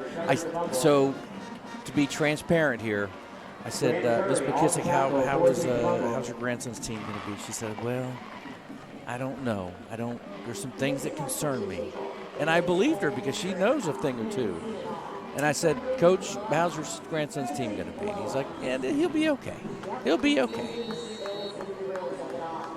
No more insight than okay? Well, he was the one that pointed out the offensive line concerned him. He thought the linebackers needed to step up. But you got a defensive line like this, all you got to do is just shoot the gap and find the ball. And try and keep the big plays in front of you from developing. Romaine Kelly is the guy who can do it. Is that McCurry on the bottom? That is. Big old McCurry who hustled his way from the middle of the line out to the sideline to make the hit. You said big old McCurry? What is that? 5'10", 165. But it comes from a family. McCurry's on the sideline. McCurry's played here before, and they all play the same way. A lot of heart. And what a nice job of containing to the outside and making an open field attack, at least to slow him down and let his buddies get there. Cartledge has played the whole first half here. We haven't seen Jack's cash. And this is going to generate the flag. It was touch and go whether or not he would fall after he got rolled up on a little bit. Colby Taylor is the one who was in on the play. Yeah, he palms to the sky, the shrug of the shoulders. Let's see what happens here. The flag didn't come until his He went momentum. down. Right, he's sliding along on the ground and then got into the back of the ankles there. That's the first big penalty against Summerville. That's their first 15-yarder. I'm not saying it's questionable, but like you said, if he doesn't, if Cartledge doesn't fall, I would say there's probably not a flag. Oh, for sure. Now Cartledge, this is what they scored on before. Maurice Wedman went 44 yards, but he's not going anywhere when he gets leveled by Geddes. And this guy can hit, can he? DeMaja Foster, though, really had a nice block to set up just to pick up the 5 yards. And that's where if you're going to have a wide receiver screen, your other buddies, your wide receivers have got to be able to block. And that's the one thing I've been really impressed, especially in the return game, the special teams. They have set up a wall for these guys to run behind. Second down, Foster splits out, brought that one in with his left hand. And Foster is getting away from Taylor, slips through another, and made something out of it. Unbelievable individual effort from the senior DeMaja Foster. Well, we talked about him earlier and his ability to make big plays. Probably the most electric guy for Spartanburg. And watch how many tackles and watch, first of all, how the catch with the left hand. So you've got one guy, you got 2, 3. Seemed like a lot more than 3, didn't it? It's like he's playing bumper cars. He'll slip through Bracey there. Taylor can't catch him. Bonk. Just their 4th third down of the first half here. And they are yet to convert. They need 5 yards here. They've got them all spread out, and Miller's going to take a timeout right before the snap. It was interesting when they sent out the depth chart to you. The thing that I noticed is there was no running backs listed, right? It was like we're going to set up. We have 6 wide receiver spots. We got an X, a Y, a Z, an M, an R slot. And all of those guys can line up in the backfield. Right. They can split out wide. They're going to have them in the slot. And that is something Summerville is doing more of this year. They want to make sure that their playmakers, guys like Shaq Davis, touch the football a lot. Because if you're consistently in one spot and not moving around, then you can game plan for it. Well, I think it's pretty clear after 32 minutes of football here, or 22 minutes of football, that Joe Call really wanted to establish the run game. I mean, you've got your running back that picked up 157 yards on them. You've got Bennett, who's been great off of the read option picking up runs. So, I think if this was Joe Call's plan, he's got to be quite pleased with how it's all turned out right now.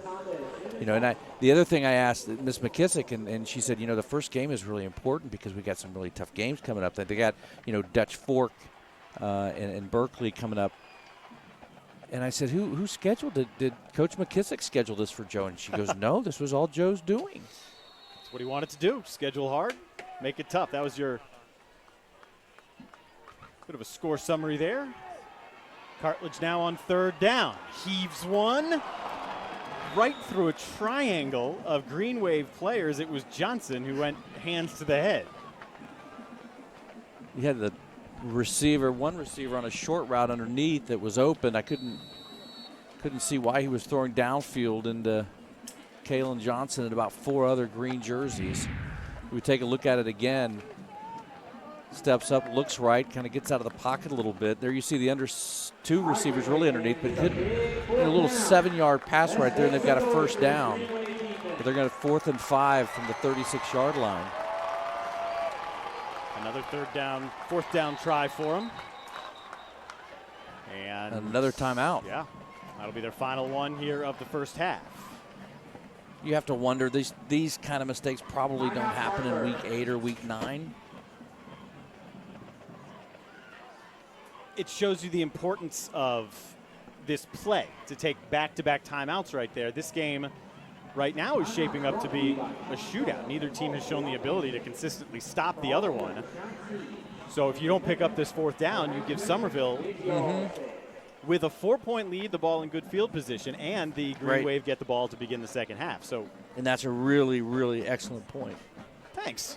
You got it, kid. It's week 0, man. So when can we start the petition to do away with week 0? Oh, I don't know, but I'm going to petition right now that these kids should be on Fans Cam. What do we got right there on that shirt? You have Those are emojis. Yeah? Yes. I don't. Emojis on the pink shirt there, and a bunch of Summerville fans with her. Uh-huh. Our Zaxby's Fans Cam. You got any ideas on the name for the chicken? How about LZ? This is what he's got on his chest. No, I see that. I think it's lazy. Right? You don't want to be a lazy chicken. I want to be Zach the chicken. Zaxby's. That's too easy, right? The Zaxby's Zach. All right, here's 4th down. Mitchum got pressure up the middle. Well-designed play. Washington untouched till he gets inside the 10 and is down at the goal line. 35 yards on 4th down. First time we've seen him throw that quick slant across the middle. A huge hole in that Green Wave defense. They had been attacking on the outside for most of the game. Tommy Washington was right in the middle, and Tommy Washington showing you a little physicality. Steps into the throw. Gets behind Geddes. Good read by Cartledge to get that thing out of his hands quickly when the window was there. Long the deep back, and it's Foster behind him. And Foster's in. Touchdown for the Vikings. Oh. And a little bit of a skirmish here afterwards. I'm going to tell you right now, there's going to be ejections in this game, and there should be. There were punches thrown inside. There continues to be punches right there. Yep. Spartanburg coaches are on the field. Summerville players have done a nice job staying off. You got cleats, helmets, gloves down in the end zone. It looked to me like the first punch was thrown by Foster after the touchdown. This is one of those situations, unfortunately, Dean, you and I are sitting in it for the 2nd straight year. Last year there was an unfortunate incident between Wando and James Island. It cost them the ability to play in any of the preseason jamborees down here. What will happen here, the officials will decide whatever comes of it right now. Then they will also, the high school league will look at this tape. So there we're inside. And that's Foster right there, number 5. You get offensive line thrown. Yeah, I mean, there's a Summerville player. It's hard to see who. Kind of caught up in the middle of the big offensive lineman. Jamal Mitchell is 61. He's the one who put the first shove into the chest of the Summerville player. And I take it back. I don't think Foster did anything wrong. Just trying to get some separation from number 20 from Summerville, Kalen Johnson. Looks like Johnson was holding on maybe a bit longer in the end zone after the referee signaled touchdown. Very heated Chris Miller, guiding this team now for the 5th year. His seniors now are his guys. It was the first new crop of kids that came through his program when he got the job. Joe Call in a very different situation. He's trying to build the program much like Miller did at Spartanburg. Call saying 3rd year at Summerville is similar to the 3rd year at Spartanburg under Chris Miller a few years ago. Again, 2013, Miller was 6-6. And Joe Call was a few games under 500, and then kind of, got to the 6-6 mark a year ago. A tough spot here for Bill Peters and the rest of his crew. Without the benefit of any type of replay. That's right. It is just up to the naked eye, split second, what did you see? And they will do their best to give an explanation. If Brody can walk down and maybe try to get some clarification, since our microphones, or Bill Peters' microphone, is not working. But certainly a situation here, to understand the explanation that is being shared with Joe Call. Well, in the age of modern technology, while we don't have the exact communication there, I would expect to figure out the answer of the ejections as soon as they become clear to both sides. You think one person goes per side? It's tough to say. because after that little skirmish there, it grew a little bit larger before it calmed down. I mean, outside of that, I'd hesitate to call it a huddle, but the one Summerville player surrounded, kind of ping-balled around in there, and afterwards there were more punches thrown than right there at the very beginning stage. Right. So it looks like the official he's got his pad of paper out talking to Joe Call. Joe seems to be writing some things down. Now you've got Mr. Peters talking to Mr. Miller. You know, I go back to the Wando James Island deal a year ago. I thought they went a little far. I didn't think that there was punches thrown. People were calling it a brawl. I mean, you and I have seen brawls. I think that was a scary incident because the sidelines. Because it got into the sidelines. Right, the sidelines emptied. There's people running all around the fields. Talking about last year's Wando James Island one. I think credit has to be given to both sides here. While an ugly incident, there were more officers than guys actually in the act. The players, there were more pulling teammates and opposing players off than there were actually throwing punches. The sidelines did a pretty good job not to come barreling down into the end zone to compound the problem. Right. I don't know if we can see a replay of that again to see, it was fairly clear what happened. You see he gets into the end zone. Right here, the play probably needs to stop at this point here. And there you see 61. And then there's another number 2 kind of gets a push in as well. So this is where it gets a little bit uglier right there. Right there. That's a clear punch from Jacoby Stedman. Right, and I can't, unless we slow it down, 43 throws a punch for Summerville. Yes. At that point, you've got to turn your back and walk away. That's Raekwon Weaver, one of their leaders, a senior. You don't need to be throwing a punch in the back of the end zone. I don't know if we get a clarification from the officials. Bill Peters has just run through a list of ejections. I do believe Raekwon Weaver, Summerville's linebacker, who you saw 43 throw a punch.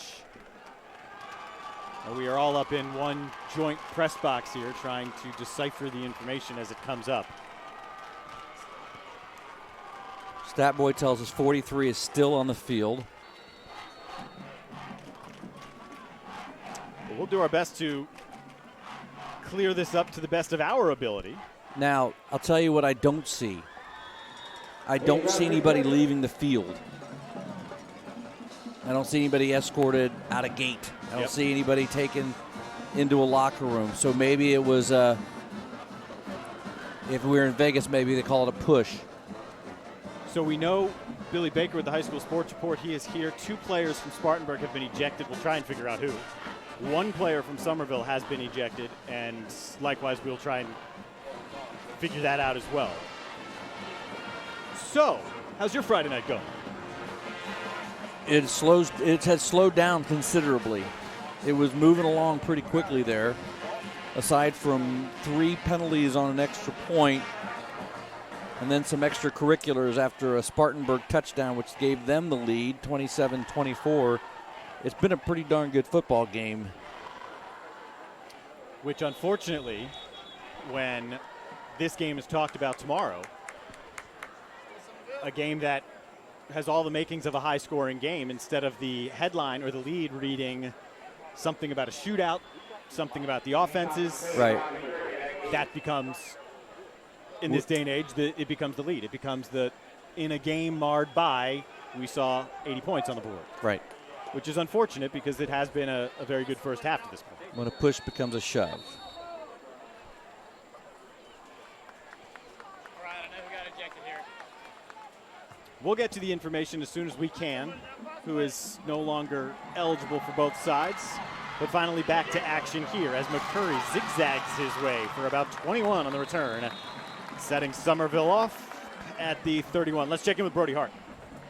Hey guys, we got a little bit of information here. I know that number 20 for the Summerville Green Wave, he's a defensive back. He has been ejected from this game. We've got 2 receivers for Spartanburg High School. Don't have their names for you, but we know they are also ejected as well. So 3 players total, not going to be playing for the rest of the night.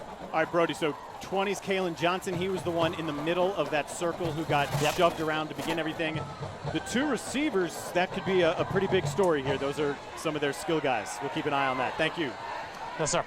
Pocket collapsed on Bennett as he tried to get some separation downfield. Now, the interesting part about the receivers, and we'll know more, Roseburg is on the field, number 7.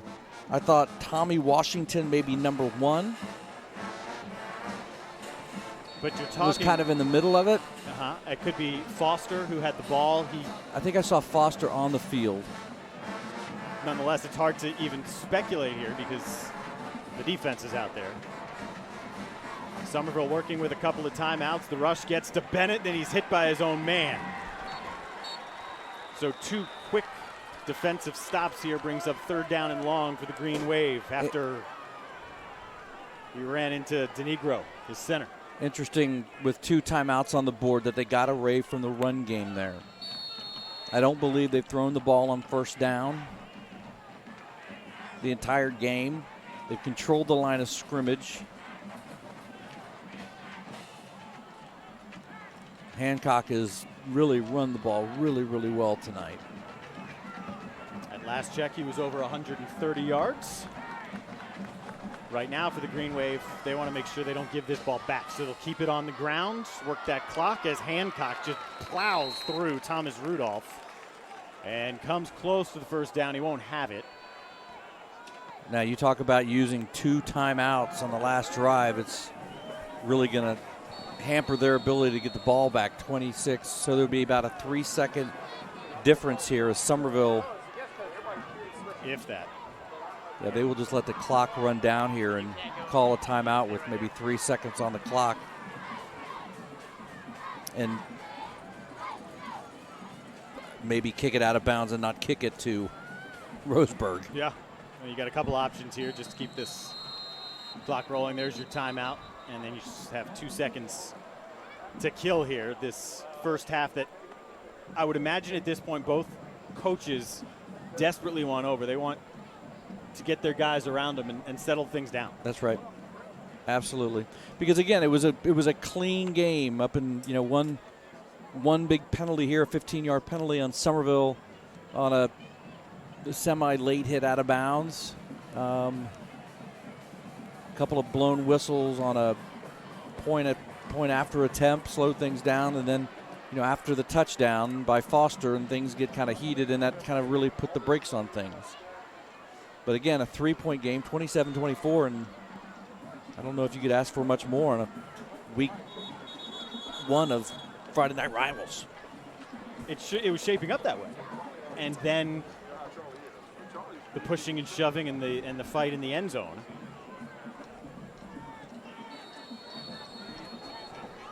DJ Hancock, 135 yards. The story for the Green Wave here in this first half. The Vikings, their story was the big play. 3 scores, at least 44 yards in length, and then that 1-yard touchdown run. A very young but big offensive line for the Green Wave paved the way on the ground for quite an entertaining first half. But it is Spartanburg in a seesaw first half that has the lead going into the break, 27-24. Crunching the numbers, brought to you by Heritage Trust Federal Credit Union. As the 27-24 lead for Spartanburg and the 135 yards rushing for Hancock. We go down to Brody. Here with Spartanburg High School coach Miller's the coach. Tell me, you may be playing the rest of the game without a couple of players you started with. What's your game plan going to be in light of that? Well, number one, that's embarrassing for our program to be involved in anything like that. My kids know better than that. So, we're not happy about that. We'll just play with what we got, and we'll keep going.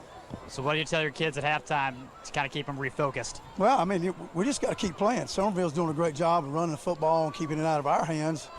We've got to stop them so our offense can get the ball back. Coach Miller, we appreciate it. Thank you. Right. Guys. Brody, a frustrating first half, clearly, for Chris Miller and a vaunted defense. And then, of course, the incident that I would imagine Joe Call would echo those frustrations. Absolutely. We, however, have our Zaxby halftime report coming your way. A 3-point game with the 3rd-ranked team in the state leading at Summerville 27-24, Friday Night Rivals driven by Low Country Chevy Dealers.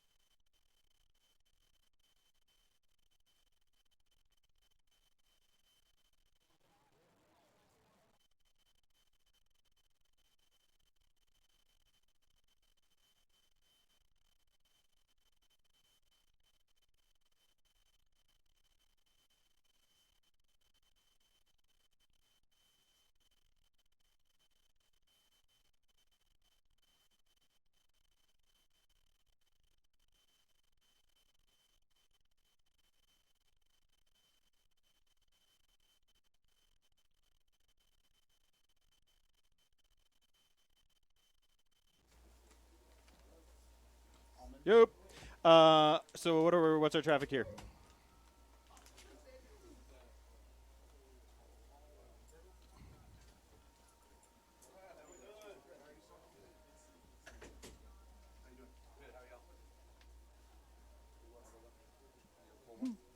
Yeah, thank you.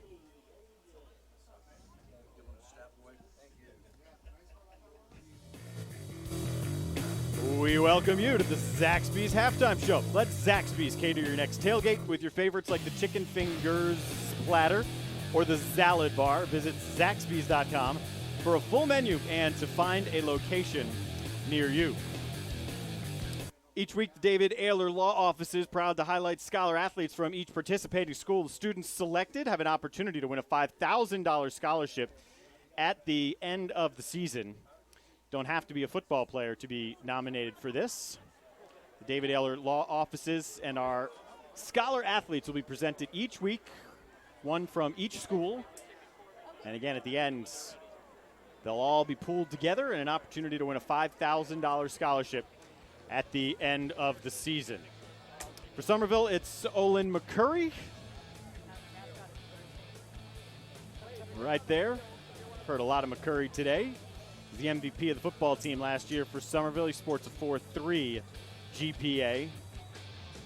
And Ashley Hunt Wade, a 5.2 GPA. Playing volleyball. I didn't know GPAs went to 5. That's how low I guess mine was. So that's your David Ayler Law Office's Scholar Athletes of the Week. Congratulations to Ashley Hunt Wade and Olin McCurry, a chance to win a $5,000 scholarship at the end of the season.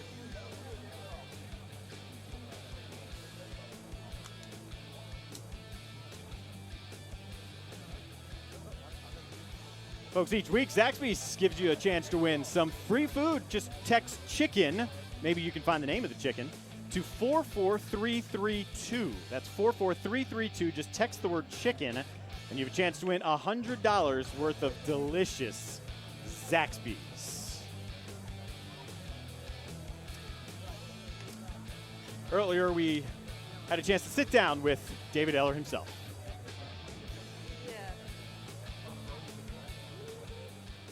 Thanks, guys. So, Mr. David Ayler, appreciate you being here with us today. So, tell us a little bit about the scholarship in general. Yeah, we've actually got a great scholarship that we're going to award at the end of the season. It's not just for football players; it's for any athlete, male or female. And we're taking in a lot of different applications from all the local schools, and ultimately we'll choose one. It's not going to be based off just one certain aspect of their life, but really everything they do. What they do in school, of course, as well as what they do out of school within the community, maybe their church or helping others, that sort of thing. We're talking about low country football. So why do you want to be personally invested in some local sports? I'm investing in a lot of different things that I feel that help the community, and specifically I think athletics as a whole for young people really does. Helps you make friendships, make connections, helps you sort of understand the rules, and it's such a healthy way to get out. As we all know, when you're kids, you have a lot of free time. Sometimes that can go the wrong direction. These type of activities, particularly, of course, as big as football is down here, really puts people on a good life track.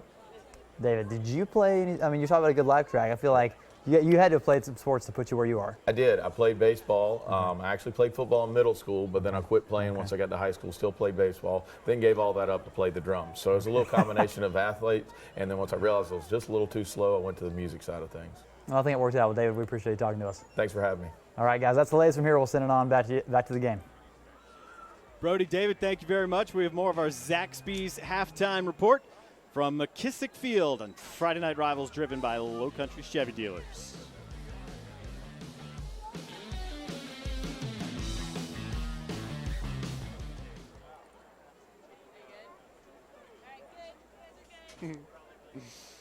Okay, so I got Zaxby's in this. All-American Awards, trophies, and plaques.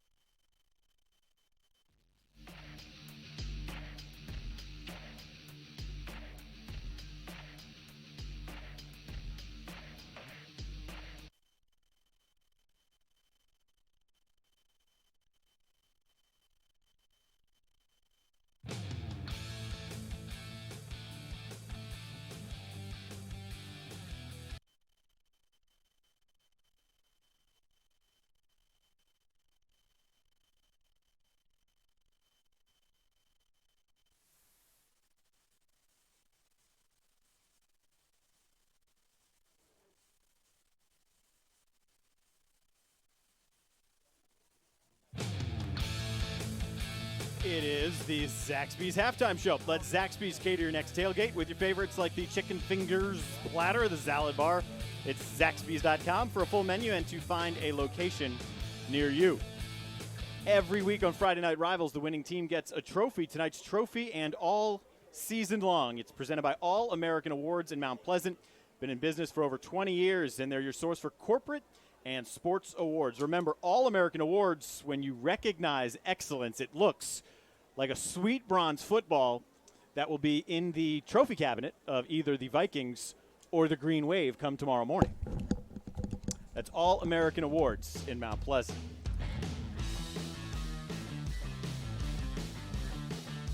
Best of 2016. Oh, this is my best. This is the best. This is the right here. Let's go. This is from Pittsburgh. Yeah. Uh-huh. Cut it to the outside. Oh, really? And then picked up another 5, 10, 15. No way. Can we just call them? That's the number 3 play? Of Sports Center's number 3 play on October 7th. Really? Yeah. We got here out of Columbus, Ohio, or Columbus, Georgia. Let's say Ohio. Flip. Didn't flip. Oh, you wanted the Randall Cunningham flip? Yeah, that would have been good. Let's go out to Chattanooga. Some good football being played in Chattanooga. A little tip. Oh. All right. That's why you do the tip drill in practice, Darren. I'll give you that. Who's got the ball here? Here we go, number 8. Oh, no, look at 17, put the crushing block. Hey, he's out right there. Well, the official was enjoying the play and didn't look down at the guy's feet. Another crackback block. Oh, nice. Woo. Number 6 for Dublin Kaufman was good last year. I don't think people understand that the number of games that Friday night rivals in so many cities. Vegas, Chattanooga. Are you kidding me? Look at this guy. Did somebody tackle him? They're trying. Nope. There we go. What we got here? Oh, here we go. So the question is, will we have a Charleston Friday night rivals highlight? We had some really nice plays. We had over the some last great couple plays of last years. year. See, that's impressive. He bounces off one hit, but that's really just a long punt return. It's resiliency. Back to Chattanooga. Ooh, look at the camera work. Right on it. Little OBJ. Did you see that one in We're in practice the other day? I did, man. I did. Hey. You're not supposed to tackle him by the helmet, though. We need a flag on that play. Half the distance to the goal line. No flag, huh? That was nice. Brentwood Academy in Nashville. Here it is. Zip. All right. I like a field. That's a sharp-looking turf. Well, look at this throw. I don't think. Who's got it? I bet they catch it. Oh! Wasn't expecting that. Is that legal? I guess so. Number 1 play on SportsCenter. Look at that. I believe that Brentwood Academy is right along the lines of maybe IMG. Well, that's the reason you should play multiple sports. Volleyball, basketball, the awareness of your hands. Yeah, I like Push it on forward. We have more time showing John McKissick Field on Friday Night Rivals.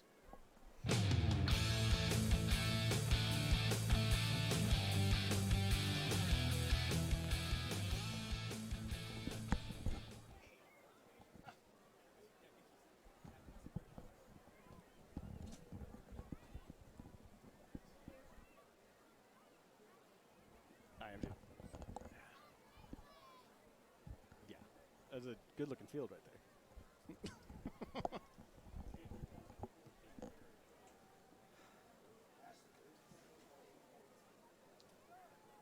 On who?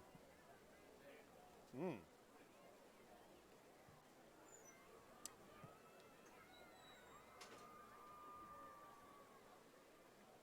8, 11, 20.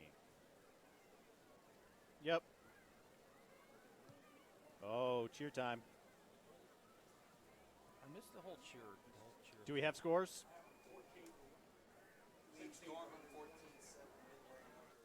Dorman's up. 14-7.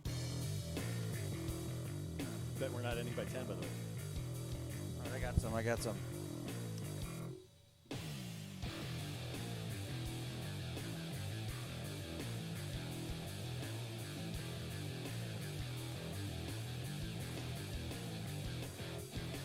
There we go. How about this? 14-7, Fort Dorchester. They're down 7-0 early on. Ashley Ridge over Cane Bay. Cane Bay was, I thought, the surprise team last year, and I think the coach maybe came up with the. We're not. No. But, I mean, it's a good practice. I should have just let you keep going for a long time.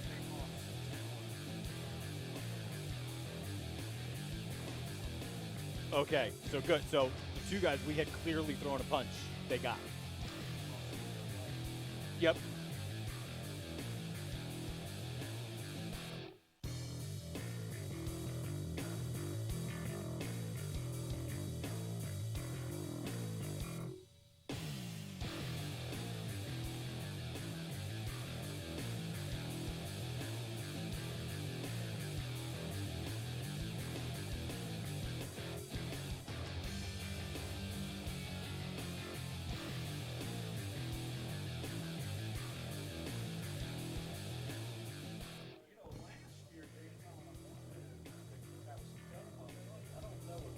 Zaxby's halftime show continues here from Summerville, where it's a 3-point lead for the third-ranked team in the state, the Vikings. Fans giving you an opportunity to vote for the Spirit Award, something we've done all 8 years. It's really simple. You text Cheer A without any spaces, 44332 if you want to vote for Summerville. Cheer B with no spaces if you want to vote for Spartanburg. Get up, let's hear you cheer. Yell green. Go. Green, go. Fans, over here, over here. Get up, let's hear you cheer. Yell go. Wait. Go, wait. Green. Go. Go, wait. Let's go.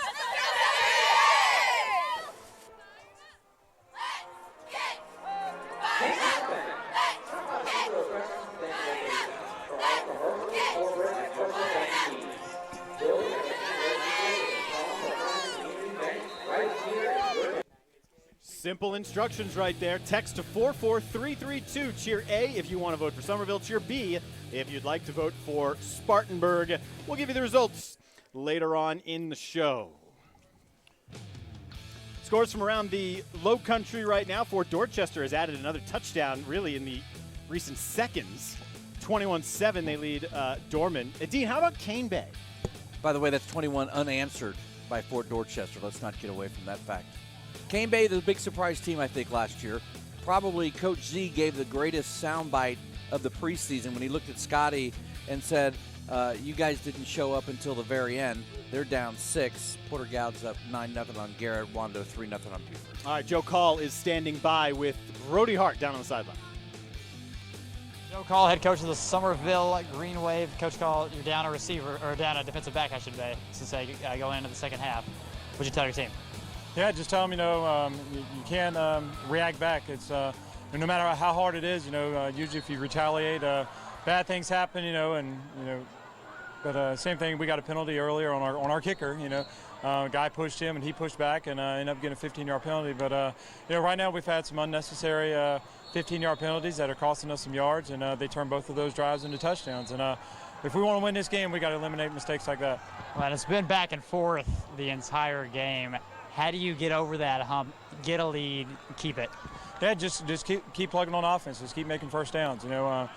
Defense, we got to get some 3 and outs. Our defense needs to rest a little bit, and on offense, just make first downs and really work on and wear their defense out, and let our conditioning take over in the fourth quarter. But we feel like we like what we're doing, and we feel like we're successful on offense. So just make the easy things easy, and let's just keep tackling the football.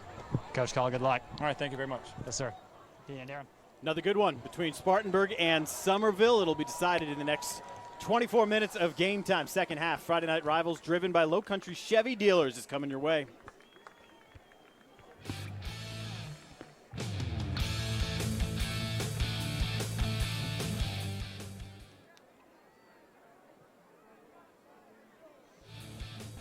Second.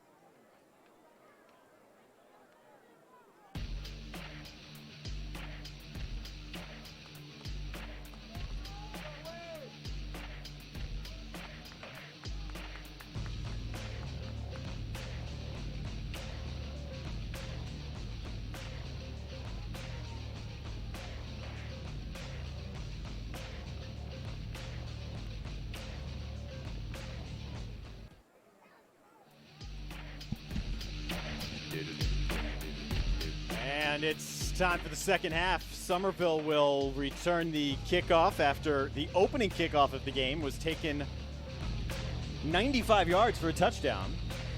We can also clear up some of the ejections from late in the first half. We will do that as we progress our way through. Along with Dean Stevens, Darren Goldwater with you, and this is Olin McCurry from his 10, slipping through one and picking up 31 yards on the return. Summerville is set up once again, and there's pushing and shoving again after the kickoff. That makes no sense to me. Both coaches had to have spent probably eight minutes of the 15, right? To the entire half, talking about, like, let's keep our composure. Let's not do anything crazy. If you're wondering what we're talking about, this was a back-and-forth game. The lead continued to change hands all throughout the first half. Very entertaining offensive show that was marred in the first half and will again be in the coverage of the game by a fight in the end zone following the most recent score from Spartanburg, in which Spartanburg's right side of its line, 2 senior veteran leaders both ejected. Kalen Johnson gone for Summerville. Hancock was the story of the first half of the Green Wave, and he is the story of their opening possession of the second half inside the 15. Wow, he got around that corner so fast. You know, Joe Call, I thought, said it perfectly, and it's something we had commented on and talked about in the first half. They really want to just wear out the front line of Spartanburg, and he said, we really want to continue or to show how well-conditioned we are. So they're going to grind this ball out. But that play right there, if there's one drawback on the play when the coaches take a look at that film, Shaq Davis has got to keep that block. He's got to hold the block until he hears the whistle. He let his man go, and his man made the tackle downfield. So 45 yards for DJ Hancock. Afterwards, Nigel Moore had to be helped from the field for Spartanburg, so they lose a senior corner on that play. Plenty to cheer about. Football's back. Of course they're excited. Probably more so that than school being back. It's our Zaxby's Fans Cam. And here's Summerville, positioned inside of the 15. Why not go back to Hancock? That's what I really like about this kid. Positive yards inside, positive yards outside. And by the way, if you think tonight's a fluke, and I don't have total yards, but I know last year they put up 904 yards combined. 483 for Spartanburg, 421 for Summerville. Text Subway to 44332. 44332. You can win $500 to Subway. All you have to do is text Subway to 44332. The winner will be notified on October 30th. Hancock stutters and then backpedals his way into Satorian Mobley, and it'll be third down for the Wave. Stat boy coming up quickly. This is why he graduated from high school, and he's going to be enrolling in the University of South Carolina. 477 total yards. I asked, Stat boy responds. Between the teams? Between the teams. Okay. Tonight. So we're on pace to hit 904 from last year. Bulk of those have been on the ground for Summerville. Save a couple of deep balls to Shaq Davis. Second full year starting here for Jonathan Bennett, the junior, raising a lot of eyes around the country. And here on third down, he'll pull it, he'll lob it, and a very dangerous ball intended for Banks, maybe off the hands of Gerdner. He had Banks on the slant. That was a ball he needed to put right in the money instead of trying to float it.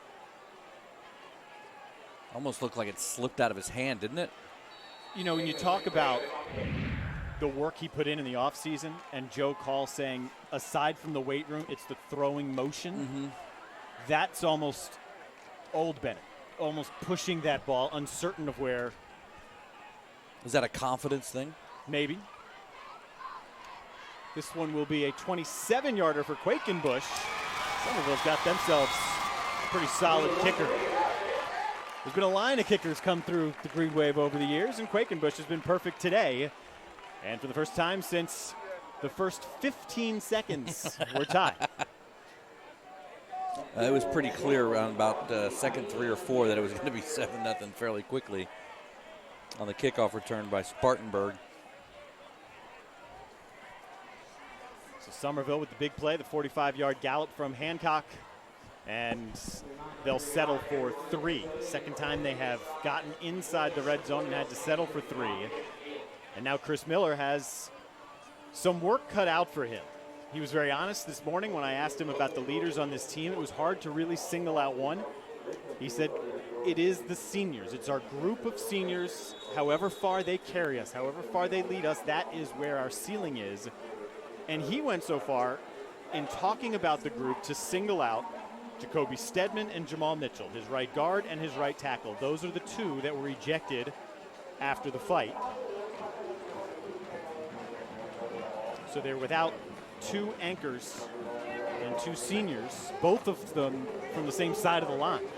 When you come in with 4 senior offensive linemen, you're going to have an advantage over most. Now, I think that the kind of neutralizing factor is that Summerville's defensive line is going to be one of the bigger ones that we see all year.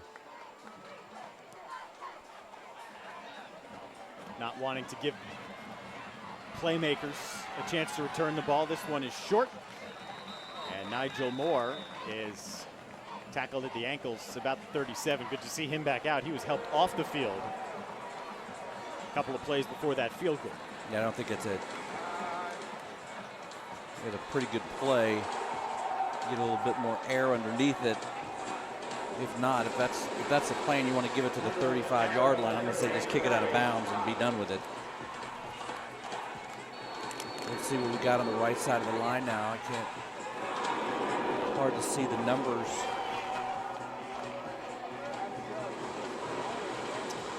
Cartledge stays in at quarterback. We were told to expect 2 quarterbacks to play today. That hasn't been the case. Quick burst through the left side from Long. And that's 7. You got 62 and 77 the right side. So you got a 10th grader in Taj McPete. And 77 is Tyshawn Moultrie, a junior, 5'11", 320. And he has slid over from center. Now he's back to center.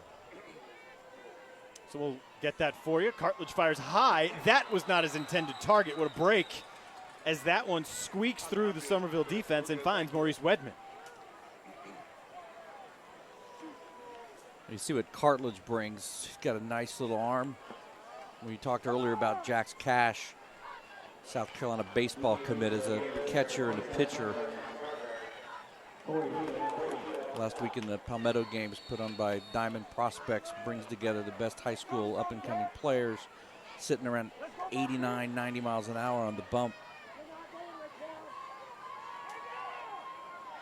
Here's Long. They're continuing to work that left side. 3 plays have all gone left as we check in with a member of our Geico local office down there with Brody. Hey, Dan Darren, that's right. I'm here with Tony. He's a member of our local Geico office, as you said. So we see all these Geico commercials, but you're a local guy, right? Yeah, that's right, Brody. So I'm very fortunate. I own a Geico insurance agency. I've been in Charleston since 1998. I've actually been a Geico agent for 30 years. I'm very blessed. I get to go to work every day with my wife, Karma, and our sons, Anthony and Andrew, who are both, all 3 of them are Geico agents, along with the rest of our staff. So very, very great situation. Get to be part of a big-name company, second largest auto insurance company in the country, but we're locally owned. We're part of the community here in Charleston.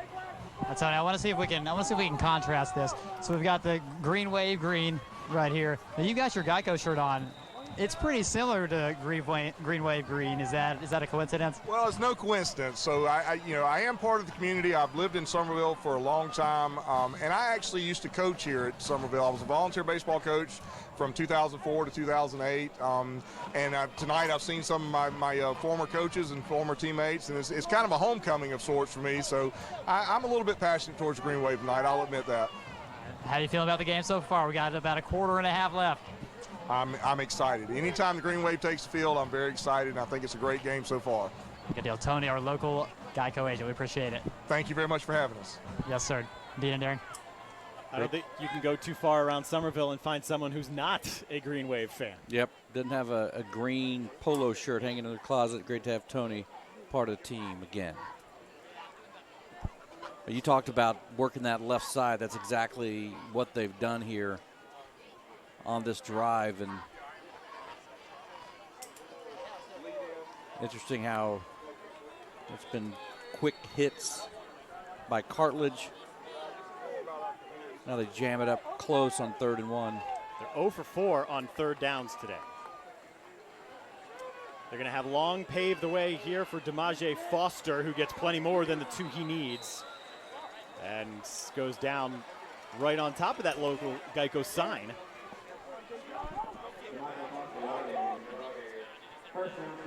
Any word if Foster's brother is Tavion Foster? Played here and then went to Clemson. Played here being at Spartanburg. freshman last year, one of the top running backs in the country. Well, if it is the younger brother, the older one is enjoying what he's seeing here. He's got a touchdown back in the second quarter. He was the one who carried it in prior to the skirmish in the end zone. And he has become the guy that the Vikings are feeding more than anyone else. If there's a playmaker they're making a concerted effort to get in the hands of, it is number 5. Well, let's see if Summerville makes any kind of adjustments to stack the left side or the right side of the defense to kind of stop this kind of left side surge that we've seen.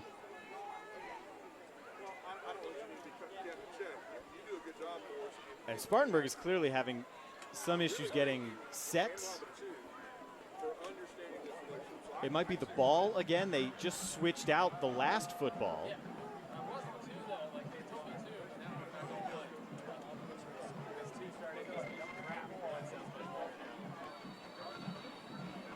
The umpire is Roxanne King. She'll back out of there. Now he's ready to go. 2nd down and 6. It's Long, who's the first man through. And he still goes through. Lost the ball to Washington. In the pile, ripped it away, and Washington is in for the Berkeley Electric Cooperative Touchstone Energy touchdown. Talk about being in the right place at the right time, Darren. But Spartanburg really coming out and flexing their muscles up front. Love to see how this ball popped out and ended up in the arms. Here, we'll get a chance to see it right here. Just put it on the turf. Yeah. And he picked it up and walked it in. So Spartanburg gets a break. Still the only turnover of the day was on Spartanburg's second possession when they threw a pick. A 7-point lead once again for the Vikings, 34-27, thanks to the Washington fumble recovery and touchdown.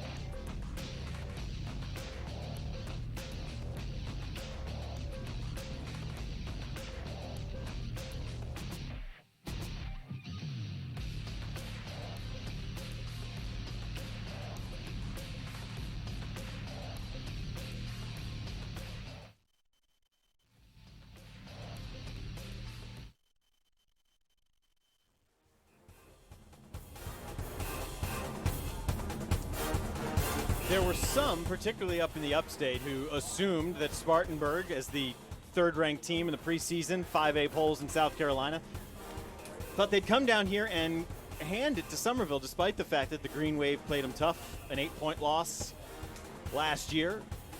Joe Call heard those rumblings and said to me today, you know what, I think we're going to give them a little bit better of a game than maybe some expect. Certainly has been quite the game so far. 34-27, the lead has continued to change hands. The most recent on the touchdown from Washington, who was in the right place when that ball was put on the turf by Foster. Not the younger brother of the Clemson player. Whose last name is Feaster. Man, that is a 15-yard penalty. Personal foul, not knowing what you're talking about. Oh, wow, I'm backed up a long way. 15 yards every time? You know. They'll keep kicking it to McCurry. He takes this one from the 11, cuts back on a dime, and he's out to the 43. 32 yards for McCurry. Maybe the best cut we've seen today. Scholar Athlete of the Week. Nice return to set them up on a drive that they have got to take control of here. It was interesting watching how Summerville or Spartanburg, they scored on a quick hit up the middle, but a lot of that drive was to the outside. They're staying away from the meat and the beef of that Summerville offensive line. But we'll see if the Green Wave respond. They have all night. No reason not to think they won't again. The Spartanburg defense, which returns 8 starters from a year ago.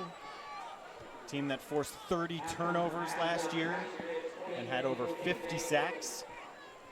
Stunned somewhat to have given up 27 points at this point and gouged on the ground by Hancock, who's approaching 200 yards.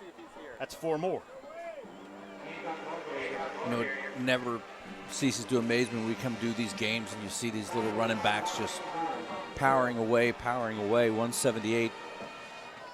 He's got another quarter and a half to carry this team. And I say that because they really have kind of stayed away from throwing the ball.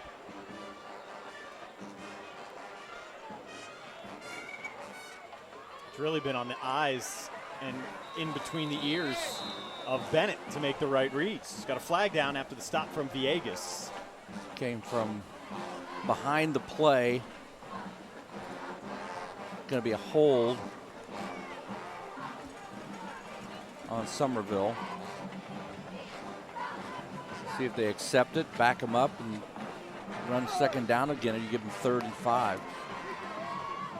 I'll take that 10 yards.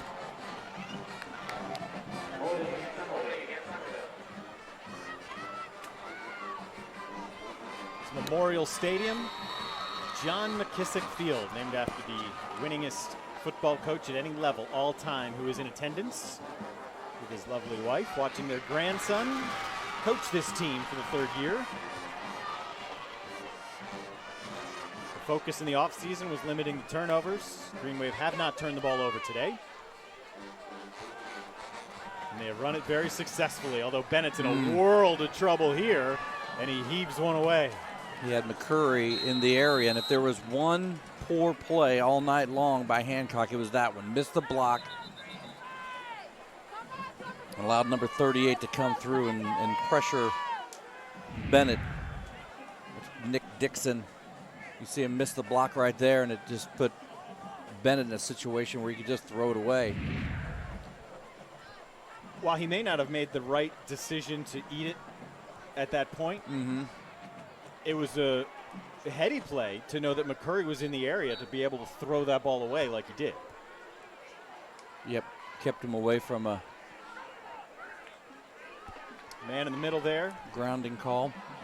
Joe Call calling the offense once again. He hadn't been calling it as a head coach. His team's 1 for 5 on 3rd down. This one's needs 14 yards. They bring the pressure from the backside. Bennett never felt it. Sack and a fumble. Miller hit him, and it is scooped up by the Vikings. It was almost a delayed blitz to the outside. Only knew he was there once he hit him. There you see him come from the outside.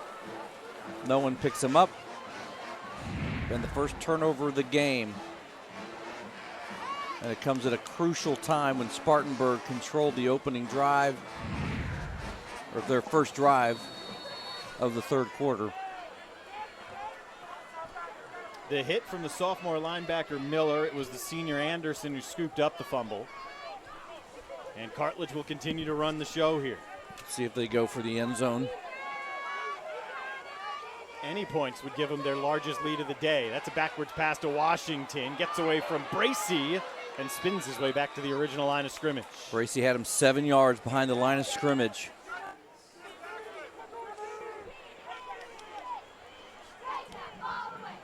As successful as they were running the ball to the left side, a bit surprised they put the ball in the air. Why not just go back to what really put you in a position to be up 7 in the first place? We've seen more tight formations, jumbo packs, and Long comes up limping. So the lead blocker bails out of the way. Foster eventually loses yards. Summerville making adjustments on this particular series on that right side, kind of shooting the gaps, moving the big fellas inside. And watch them come through. Oh, yeah, I see that. You lose your lead blocker, and it's tough to go anywhere, right? He just bailed out of the play right there. Something happened with the leg. Again, it's painfully hot. It has obviously cooled off now that the sun has gone down. Almost looks like he's cramping. He's trying to stretch out see him stretching out his foot. They're going to call a timeout. I think it's a good move here. He's not 100%. This is a chance to pick up the largest lead of the day halfway through the third quarter. And they've been favoring the right side of the line since they lost those two key pieces, Stedman and Mitchell. So good move here for Chris Mill. Yeah, I think it was a must, right? I don't know if they're going to, nobody's working on him. On Long. Doesn't look like he's coming out. Just hydrating over there a little bit. That's the blue water bottle you can see on the far left of your screen. You know, the other interesting thing that I saw with the Spartanburg roster, I think they got 16 coaches. It's a well-funded program, and for good reason. Crunching the numbers right now, brought to you by Heritage Trust Federal Credit Union. Our score, 34-27. If you want to crunch more numbers, Hancock has been crunching the Vikings. 175 yards, maybe a couple more than that at this point. On the ground for the senior back for the Green Wave. And we have yet to see Jax Cash, baseball player who's committed to play at South Carolina. We were told that Cartledge would get the start, but Cash would likely play. Even though Cash, a little bit rusty, didn't play football at all last year, focusing on baseball. You know, and if there's a downside, and I'm a proponent for trying to play as many sports as possible, but when you're playing summer baseball, you miss out on those, you know, all the summer football camps and the 7-on-7s. Offsides. Same can be said for Derek Larry in the Summerville secondary. Foster jumped in the slot. Yep. Derek Larry was on the AAU circuit, so he didn't do any of the spring ball with the Summerville Green Wave.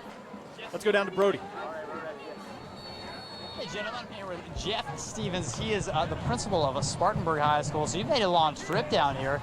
3 hours, right? Has it been worth it so far? Absolutely. It's been well worth it. It's always great to come to a setting such as this, see all these fans, and get an opportunity to put two rich schools in tradition with football and academics, and just had a great trip down here. We've even got our band and our cheerleaders, so we tried to bring as many fans as we could. So we know a lot of them are live streaming tonight on TV, so we're just excited to be here.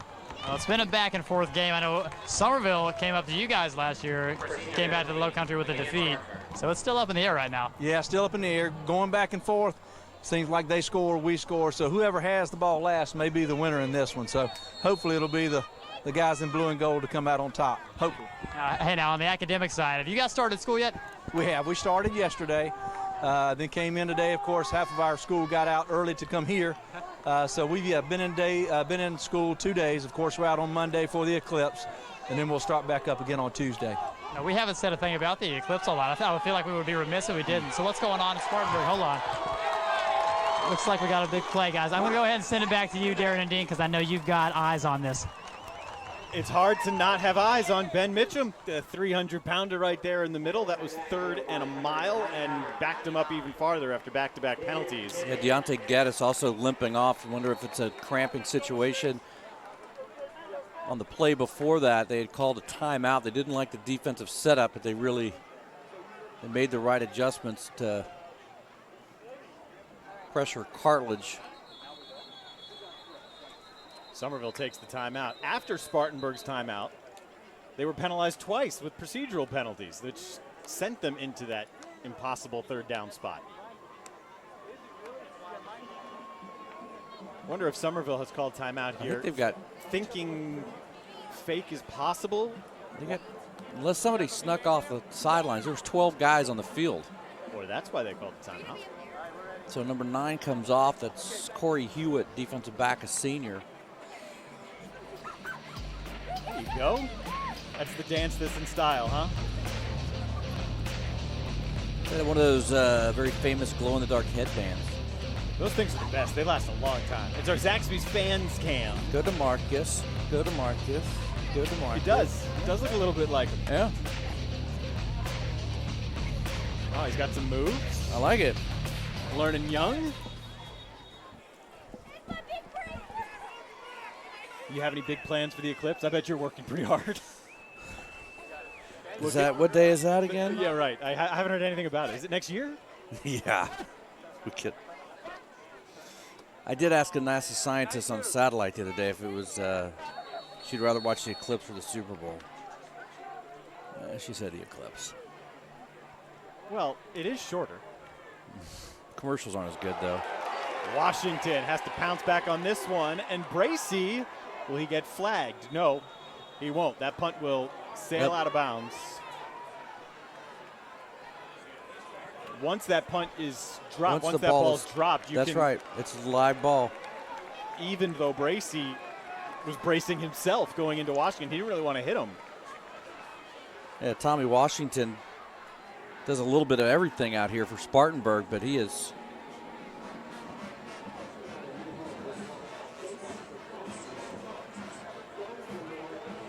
Not a terrible result for what looked like a disastrous play. Oh, that ball eventually out of the 29. Quite a different third quarter than the first half. First half, explosions, big plays, tons of points. Coaches made some adjustments at halftime. The defenses have controlled, except for Hancock. We got a flag in. A flag behind this play as Hancock explodes down the sidelines and leaps his way into the end zone. Wow. If it stands, it's 71 yards, but it's coming back. A hold on the green wave. Flag on the play. And I'm going to bet that it may be on Anthony Gregg just from his reaction as the play started coming back. That's number 10. I missed the replay, watching the reaction on the field and not the monitor, but let's see if we can maybe see it again and see where the infraction was. You know what, though? The jump down the way to avoid the tackle, let's see, I think it was behind the play. The flag came in prior to that.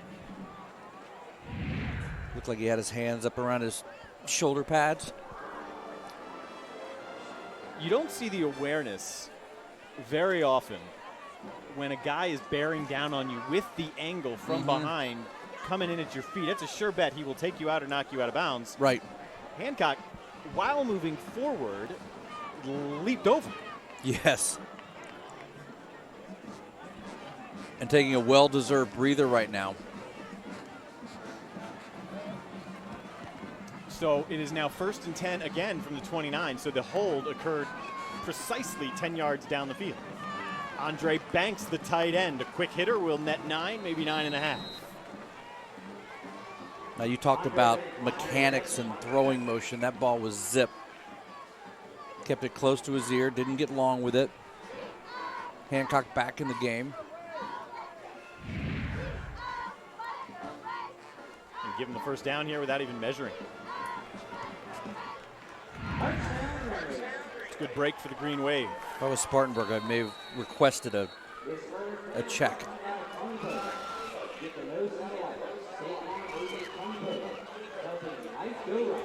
So minus that holding penalty, Hancock would have been sitting about 250 yards right now.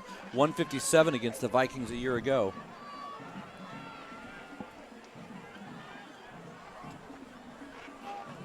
Hancock goes right into a space vacated by the defensive end who had a great jump. Nick Dixon there. DeAndre Miller bails him out, only 2 yards on the play. DeAndre Miller makes a nice tackle in the gap. And explosive as Hancock is, he's looking another 10 or 15 yards if he gets through that tackle.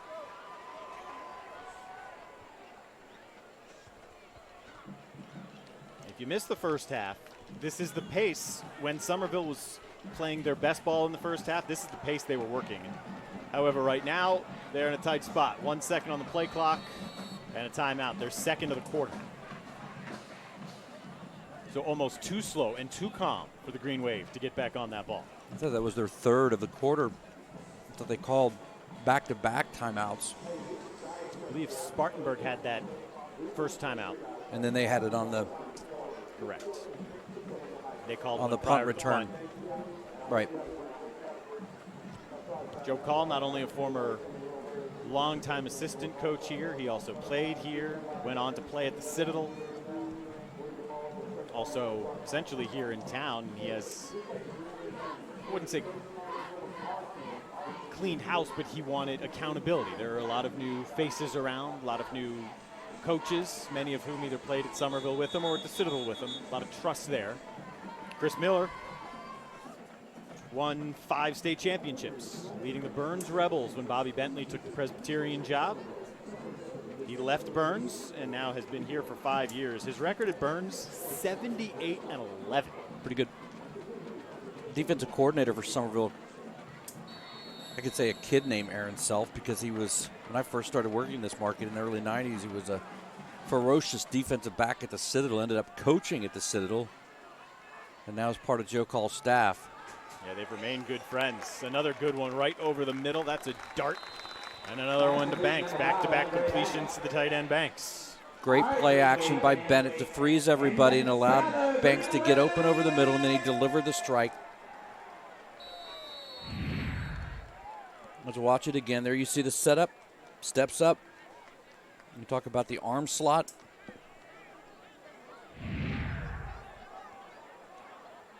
Bennett wants that play called in quicker. He should, because while they're very methodical and using this play clock, most of it, they're getting very close once again. That ball was snapped with 2. Here's Shaq Davis, normally the deep threat. They use him on the screen here, and he spins 3 players with him. They're going to call him down. Ball came out. Josh McKinney wrapped him and just tried to take down the 6'5 senior Davis. Davis had none of it. Like to see the physical nature of Davis's play on that pass right there.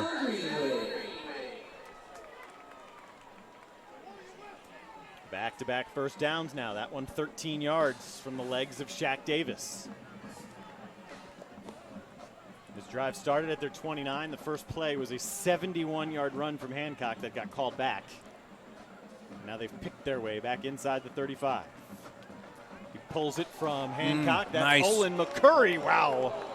Helmet-to-helmet blow. Spins off his helmet, and he's down. That was late. Well, you saw McCurry's hand go directly to his head. And credit to the staff. They were running at him immediately. Watch the block by Shaq Davis. Does a really nice job. That's number 10 for Spartanburg, Thompson Rudolph.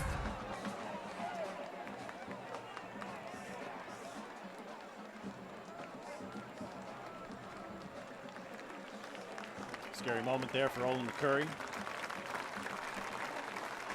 And I'll be honest with you, I don't know what concussion protocol is on the high school level. I know that a lot of these school districts do baseline tests before the season, and they know exactly where these kids' baseline, where the baseline is.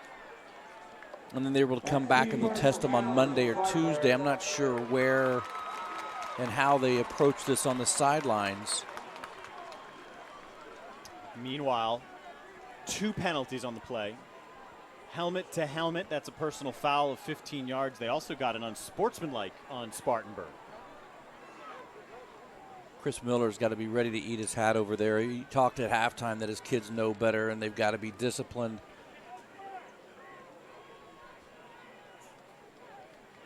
You know, and the helmet-to-helmet hit to me, even at this level, it happens so fast. You know, it happens so fast. You've got a receiver who may duck his head and the guy's coming in to make the tackle the right way, and it's all of a sudden helmet-to-helmet. But it's what happens after this play that you got to stay away from. Pushing and shoving on the heels of a fight late in the first half. So And McCurry's got his helmet on, and he is standing to the left of Joe Call. There you see the Davis block right there.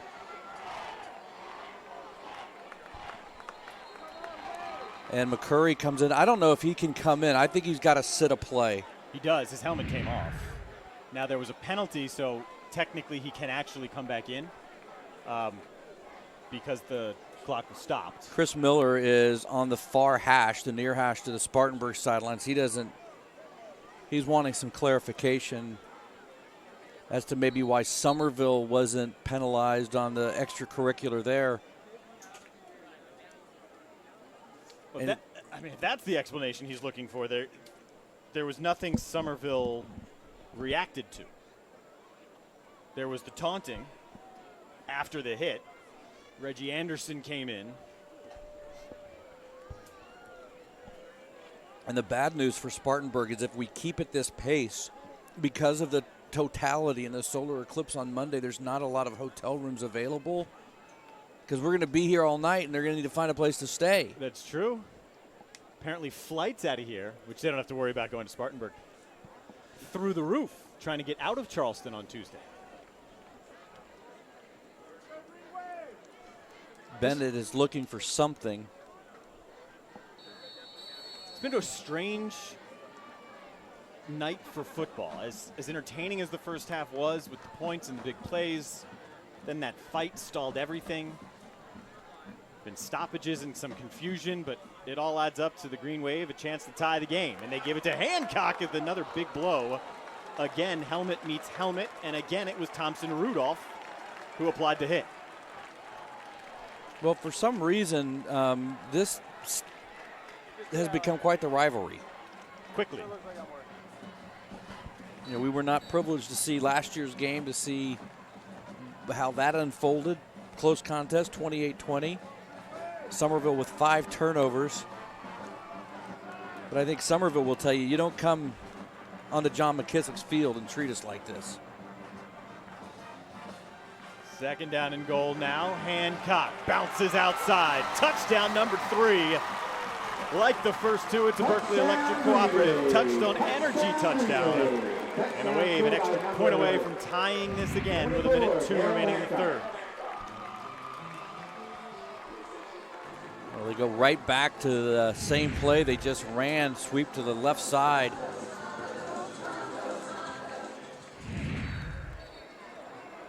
And another flag comes in late. And it's obviously on Summerville.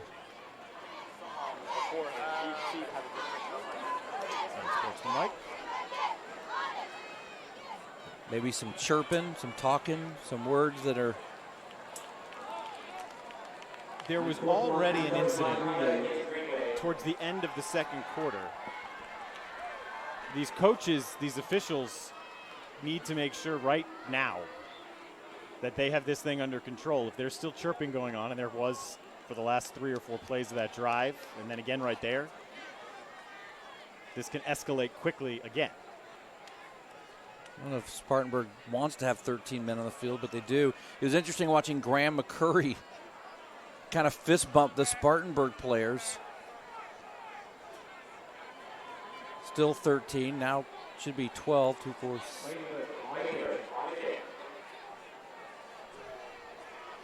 Again, just so much confusion. Yes, it's the first game. 12 guys still on the field for Spartanburg. Well, there goes one. Snap it. It's amazing how long that took. You were up here talking about it for a minute. Seconds before the extra points. They figure it out. It's like there's a lot of white jerseys out there right now. Been a lot of interesting things going on with extra points, too. Well, after it all, it's 34-34 and one of the better games we've had in a long time on Friday Night Rivals. That's exactly the way it's going to go. A lot of points, bunch of yards, 2 teams with high expectations. Summerville out to prove that in year 3, this is the year they'll take that big leap under Joe Call. Spartanburg out to get 1 step, maybe 2 steps farther than last year. A disappointing double overtime loss in the state semifinals. Crunching the numbers brought to you by Heritage Trust Federal Credit Union. Trust is everything. 266 yards on the ground for the Green Wave. They had outgained Spartanburg by nearly 100. And Hancock himself has 187. It seems like he's run for 250, doesn't it? Oh, wait, he did. If you count the one, the 70-yarder that didn't count. Vikings have more kick return yards than they do rushing yards. They had a 95-yarder to open the game. A game of interest around here. Ashley Ridge just scored with about 1:20 left to go up 27-20 on Cane Bay. That would be David R. Shelton providing the Twitter score. Guy does great work. He's all over the place. All over the place. We need to get him a gas card. When you're at it, can you get me one? If you're in the giving mood? No, sorry. Okay. Not for you. Because I can give you a ride. Oh, that's true. I'd rather a gas card. No offense. No offense taken. The unsportsmanlike on the extra point for Summerville, that's tacked on here, so they're kicking off from the 25.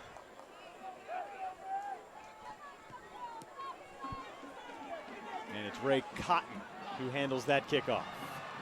DeMaje Foster carefully gets to the back of that wall, then explodes around the left side of it. And it's the kicker Cotton who takes him out of bounds once he's already across midfield. I'm sure Summerville special teams coach Chris Collins will tell you we got to do a better job. But if there's a better kick return team than Spartanburg, I'd like to see them. And they are precise on their blocking, and they've got some great skill guys in the back. Remember, the right side of this offensive line depleted with the ejections of the two seniors on the right side. Since that's happened in the 3 possessions this half, they haven't run to the right once, have the Vikings. They motion to the opposite side of the line. Here comes Bracey. The screen set up that way, and it's not going anywhere. You like that play? Raekwon Weaver. Loss of 3. Loss of 5. Well, that play set up by Jimmy Bracey, just putting the pressure on Cartledge in his face. Having to rush the throw a little bit. And now it's Spartanburg looking like they're a little out of sorts. In fact, Washington's still on the defensive side of the ball.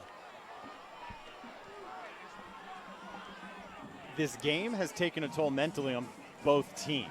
I think it's pretty clear. That ball off the fingertips of Washington, and Bracey was able to get into Cartledge after the pass was let go. It almost went through a couple of people's hands, right back into the hands of number 2, Romaine Kelly.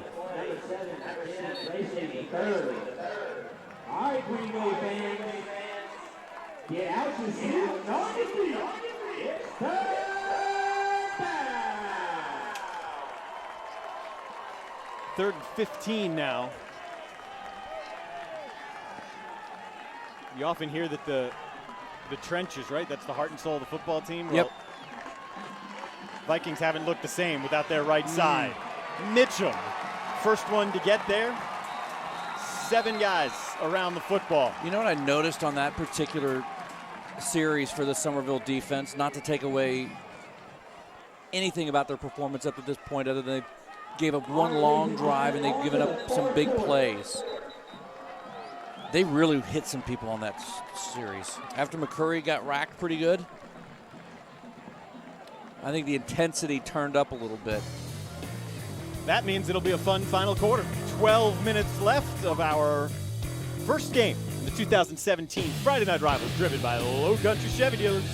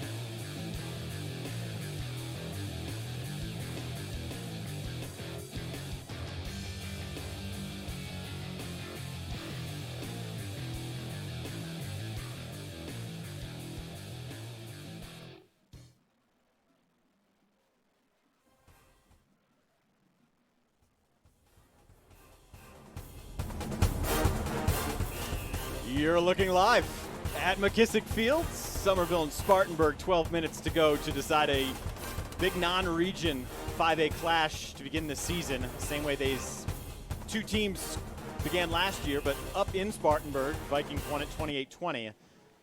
This one again, likely coming down to the wire. Summerville's defense stepped up on that last series. And no fair catch called. Look, it's Olin McCurry, who not long ago got squarely popped in the helmet. And he is nearly out to the 30 here. By the way, and I mean this in the nicest way, right? When you played football with the McCurry boys in the neighborhood, yes, tackle football, yes, they wanted to play in the street. They wanted to play on the asphalt, the pavement, the concrete. And if you didn't want to play with the McCurry boys tackle football in the street, you're not invited back. So what you're saying is a hit that looks bad up here might feel considerably better down there. I'm just telling you that McCurry could have run out of bounds at the 25-yard line, right, and got himself a soda pop on the side. But no, twist, let's get back to the game. Hancock over 180 yards, but Bennett pulls it from him. And Bennett picks up about 3. Man, we've called Mobley's name a lot. The senior nose tackle in on another stop. I would love to send Shaq Davis over the middle, a little 7-yard slant. Let's see what he can do. Each team has turned it over once. Big plays have highlighted this opening week game. I'm going to tell you something. B.J. Roseberg's done a nice job on Shaq Davis, who just missed a block right there. But Banks is able to elude his man anyway. And Banks gets close to a first down. That was Anthony Gregg on the outside. My mistake. But you got to pick up that block. Easy to mistake the two. I mean, you got 10 and 15, and they're both standing 6'5".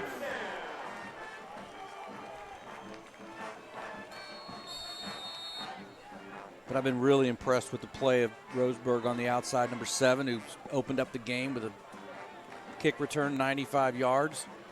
Took him 16 seconds to return it, right? Yep. Could you run 95 yards in 16 seconds? Definitely not. Backside. Another blitz coming. He's hit as he throws. It's off the helmet of Banks and pinballed around. And the wave catch a break. Thompson Rudolph never saw it. It was hanging over his head. We got a flag down as well. Look at his arm here from Bennett. He hit him right in the face mask, didn't it? Hit 2 face masks and then the turf. And I think you got an eligible receiver downfield. I think that's going to be the penalty.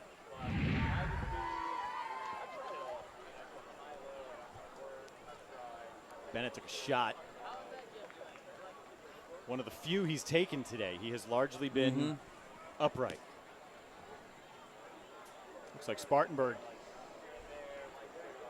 is going to decline this penalty. At least that was the initial indication. I think Chris Miller has thought better of that now. That was a 1st and 10. Might as well back him up. 5 yards, yeah. So they've done that.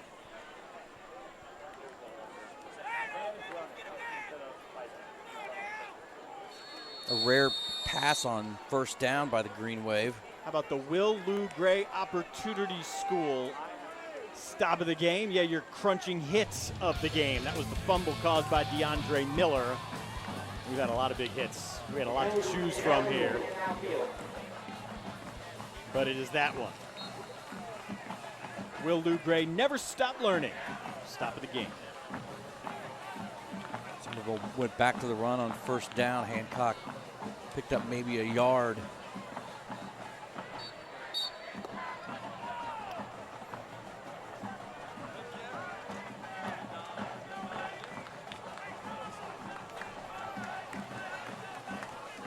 Second down and 14. Summerville doing everything they can to keep the Vikings offense off the field. They have used the majority of the play clock most of the night. Here's Bennett able to set his feet and heave one well out of the reach of Davis. Shaq Davis, 20 yards behind that ball, but 20 yards behind the ball because he stopped running at the 30. That was a risk taken by Bennett right there. 4 different players for the Vikings were closer to the ball than Shaq Davis. Well, you can see by the way they've defended the throw here on their big receivers, they have really dropped coverage back, and we've seen it a couple times now where some of the big receivers down the field surrounded by 4 jerseys. But what I noticed on that play is that just opened up a huge spot in the middle of the field. You need 15 yards right now. Third down's been a struggle tonight for both teams. Bennett needs 2 more yards than that. It was Rudolph. Finally got into him. Jalen Girdner, the junior safety, finished him off. That was a bad spot. They dropped him back a yard. And I'm telling you something, 9:52, having a hard time stopping the Spartanburg team. He's got the offense on the field. Only need a yard. You only have 1 timeout to play with as well here in the 4th quarter, so there isn't a lot of room to mess around here. Bennett takes a big shot up high. And did he fall forward for the first down? Yep. I believe he did. Right foot, right on the 50-yard line. Man, Reggie Anderson made him pay for the first down. It's funny the way they set that play up. Davis was the only wide out. The defensive back was 10 yards off of him with nobody on that side of the field. I mean, it had taken something to audible with 10 seconds left.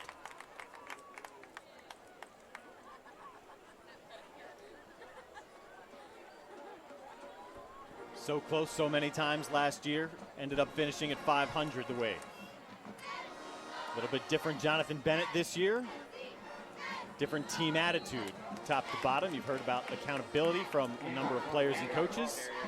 DJ Hancock has certainly been accountable, not just to himself, but this team. He's nearing 200 yards. And there has been plenty to cheer about in the Zaxby's fans cam. Man. I think there's a regular-sized football in that dude's hand, by the way. The guy behind him's not amused. Not at all. He just wants to watch the game. He's got some guy shaking a football in his face. Bennett makes the right read once again, gives it off to Hancock at the last possible moment. Roseburg stops him a yard shy of the first down. Going to leave him another 3rd and 1 situation, and Bennett gets popped on that play by number 20, Reggie Anderson, but certainly makes the right move, giving the ball up. This is where we're sitting up in the press box. There's 4 or 5 scorekeepers for Summerville. I think they've been part of the program here for probably the last 56, 60 years. But it's great hearing them comment here. Just do that again. Just do it again. I think there's a lot of guys in the coaching staff who would feel the same way. They'll take those 2 yards and another first down. This is where the coaches are. This is the real coaching up here. Nice sustained drive. Nothing fancy. Only put the ball in the air once on this drive, a deep ball. That carry has taken Hancock to 201 yards. With 7.5 minutes to play. You look at the great job by this young offensive line by Summerville. See if they keep grinding for another 7 minutes. Good cut back there. It's going to pick up 3. DeAndre Miller starting to assert himself. One of the few underclassmen on this defense. Has been involved in a ton of plays. I don't know if we know how many carries Hancock has.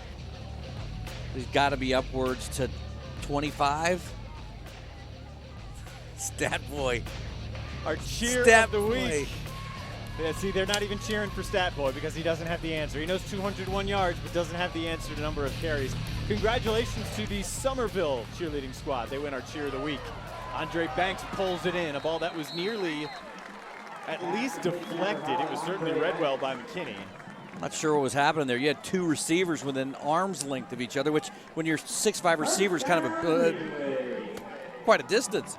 But you had 2 standing right there. Because of that, it had defenders in the area, one of which McKinney, who almost got a hand on that. Meanwhile, Banks is having himself a second half. That's his third reception of this half. I don't believe he had one in the first. Summerville chewing up the clock. Here's Hancock once again. Doesn't go down with initial contact. Summerville or Spartanburg shifted their defensive line and put 3 guys on that left side, almost knowing that this run was going to go to the right side, but they were weak to the right. Reason they were able to kind of stop everything up.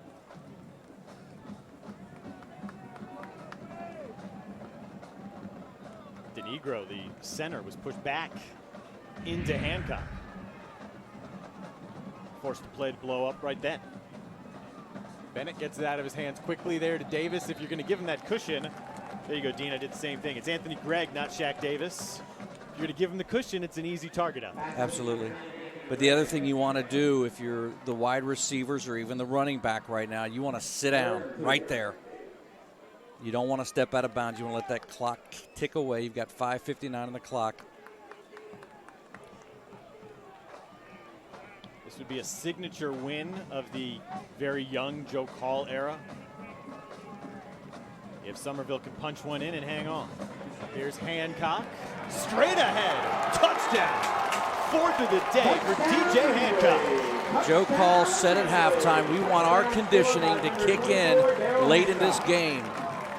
They were down 7, looking at some trouble. Their defense came up strong, and their offense has taken over at this time, and they blow it up right up the middle. And again, you go back and look at that offensive line. Sophomore, junior. Hutto, the only senior, playing the left tackle slot. 16 more yards now for Hancock. 4 touchdowns today. The all-important extra point there. It's a 7-point lead for the Green Wave. Let me tell you something. There's a name that we haven't talked about today. And you're going to tell us all about him when we get back to McKissick Field. That's what that was. Play. I backed off. That's a tease, folks, in the television business on Friday Night Rivals.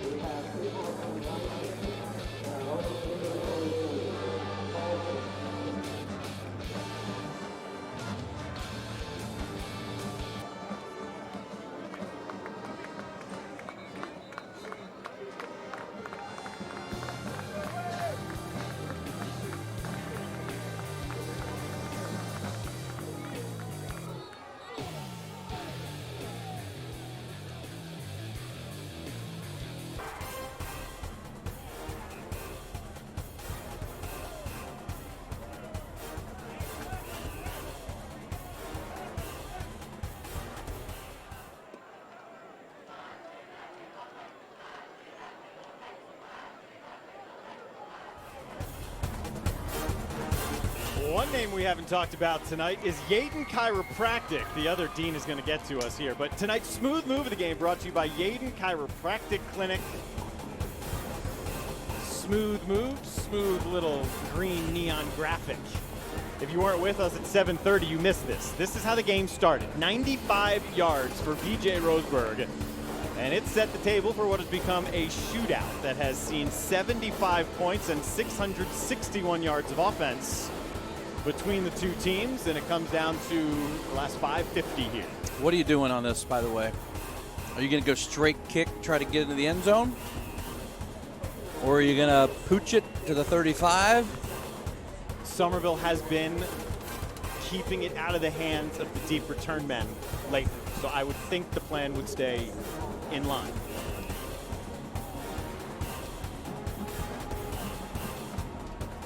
Are you in agreement? I don't know. I don't want 7 to touch it, and I don't want 5 to touch it. Right. So I would almost rather onside kick it, because at least you're going to, And the Vikings offense has had a lot of trouble in this second half without the right side of their line. They'll squib it. It's a high bouncer taken by Washington. That's another guy you didn't really want to touch the ball. I like that kid too. I mean, again, but he's the 7-5-1. It's not an area code. No, they've got athletes. They've got playmakers. The skill position is loaded, and it's deep for Spartanburg.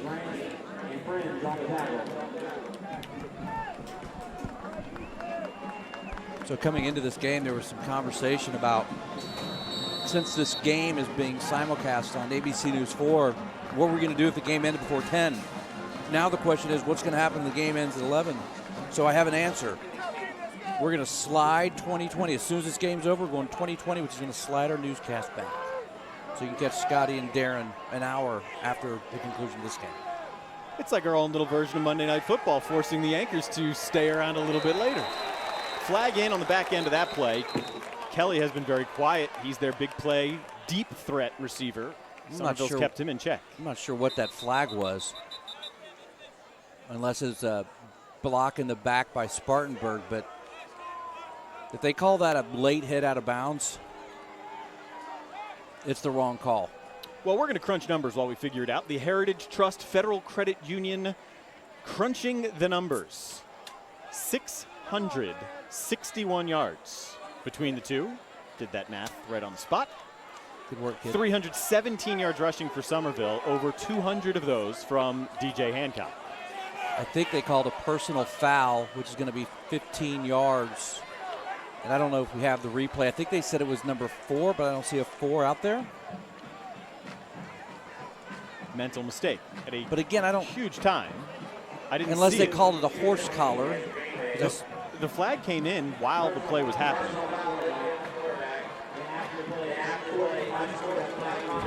Two. Here we go. Oh, the kid on the quarterback at the top of your screen. And then what was that? On the heels of the penalty was an unsportsmanlike. So it's 30 yards in penalties. And just like that, the Vikings are at the 30. That was rough. This game will get you ready for football season. It's showing you a little bit of everything. Foster, Geddes, and Dino, the leader of the defense. Now, I mean, listen, if you're going to start calling this game tight with 5 minutes left, right, you should have started calling it tight like an hour and a half ago. Yes. Because I don't know, I didn't see the late hit coming out of bounds, even the hit on the quarterback. And the quarterback's fair play. It was not a cheap hit. He was blocking down on him. The question is, can the Vikings capitalize here? Well, they just went 30 yards in one play. They were gifted 30 yards. Summerville brings the blitz. Washington picks it up, but the throw is over the head of Law. Really nice defensive play. Identified the screen. Everybody stayed at home. Gave Cartledge a difficult read over the line of scrimmage. And again, a reminder, this is a team that was 2 points away in an overtime loss going to the championship game. Spartanburg a year ago. Long blocks for Foster, who lowers his shoulder for the first down. And not only did they lose in double overtime to a team that has become a rival up there in Spartanburg, Boiling Springs, they bring back most of that team. Mm-hmm. They are replacing the quarterback. That's a obviously big position to replace. And I didn't see this Yek kid play. I mean, he threw for 3,400 yards. That's hard to replace. Yes. But Cartledge is pretty darn good. He's looked strong today. They haven't asked him to do a whole heck of a lot. They've taken their shots at the right times.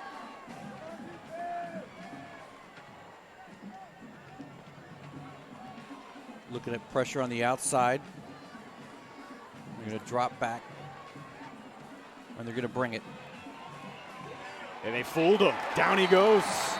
The blitz came, then they backed it off. Cartledge was confused, and Mitchum piles on top of him. I believe that was Weaver kind of playing a little cat and mouse game on the outside.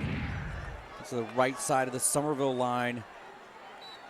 And then as soon as he started to kind of drift back, Weaver then ran back across. And a huge play by the defense. What was one of our recipes for success? A big old off defensive line. And Mitchum has been huge today. Because Mitchum is huge. Yes. The guy next to him, Chandler Newton, huge. Played a whale of a game. Cartledge rolling away, just missed him. Play was there for Maurice Wedman. And a touchdown about a foot too far out in front of Wedman. Love the design of that play. Got him outside of the pocket. Weaver was kind of keeping an eye on him.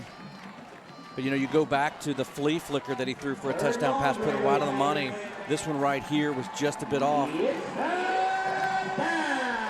But I love the call going for it on 2nd and 17. Some would say we'll pick up half of it. You know you're in four down territory right now. With the shot clock running down, Foster wanted to throw it. Now he will, and it's caught. A touchdown for Kelly. What a catch. The Vikings are down 1 on the Berkeley Electric Cooperative. Touchstone Energy touchdown. Got a Summerville player down at the 31 grabbing his calf. Maybe, I think, where was the line of scrimmage there? Where was the line of scrimmage? Can we go back and look at that? It was about the 20. The 27? 27. I don't think he crossed it. You don't? I don't. I think he threw it at the 25? Well, we got a flag down at the 21. Let's go back and look again. You can see the down and distance marker, or the down marker right there, number 3, at the top of your screen when he throws. So that's the line of scrimmage right there. Okay, so he's well behind. So there's a Summerville player down and a flag down as well. I don't know if that was Foster. Points are not on the board yet. I'm not sure this touchdown isn't coming back. It was signaled a touchdown. That Weaver is down on the ground looking to favor his left leg.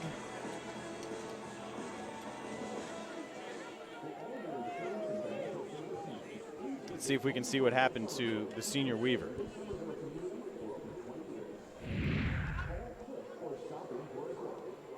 There he is right there.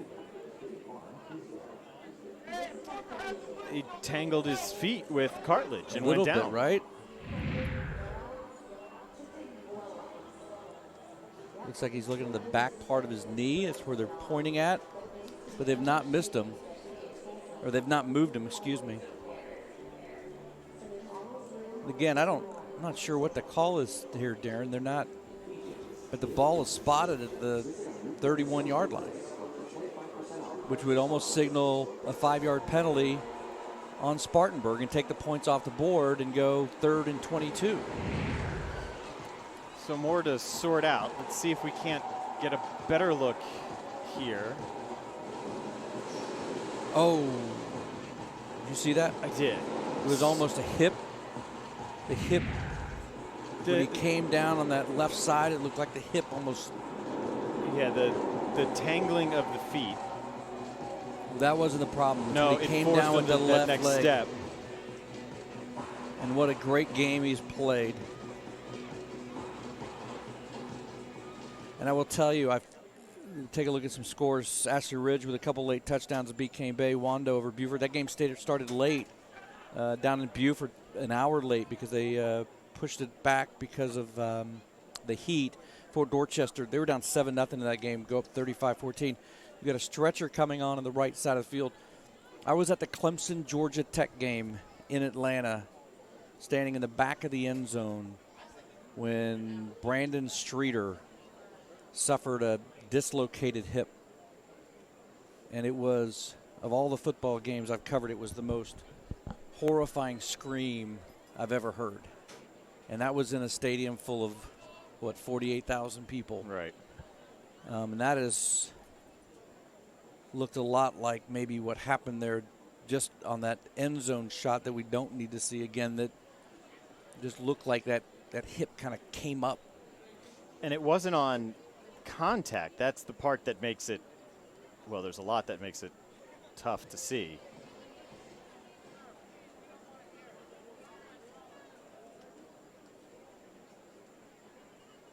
So this game has seen all these points, the fireworks, the yards, the excitement. And it has now, unfortunately, seen quite a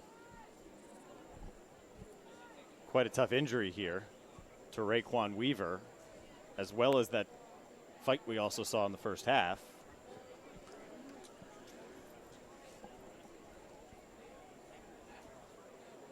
That's Raekwon Weaver again, the 5'10", 164 defensive back, the senior that really has been all over the field tonight, but certainly on this particular series has had a really good series, pressuring the quarterback on a couple of key throws, forcing Cartledge to throw early or throw late.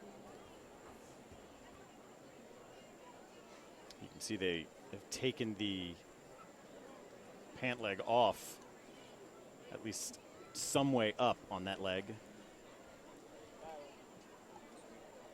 See Joe Call standing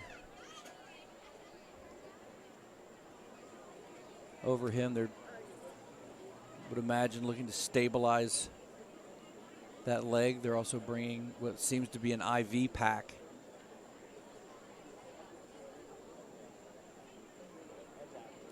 And he's still on stomach. Now, I will tell you that we've seen him move.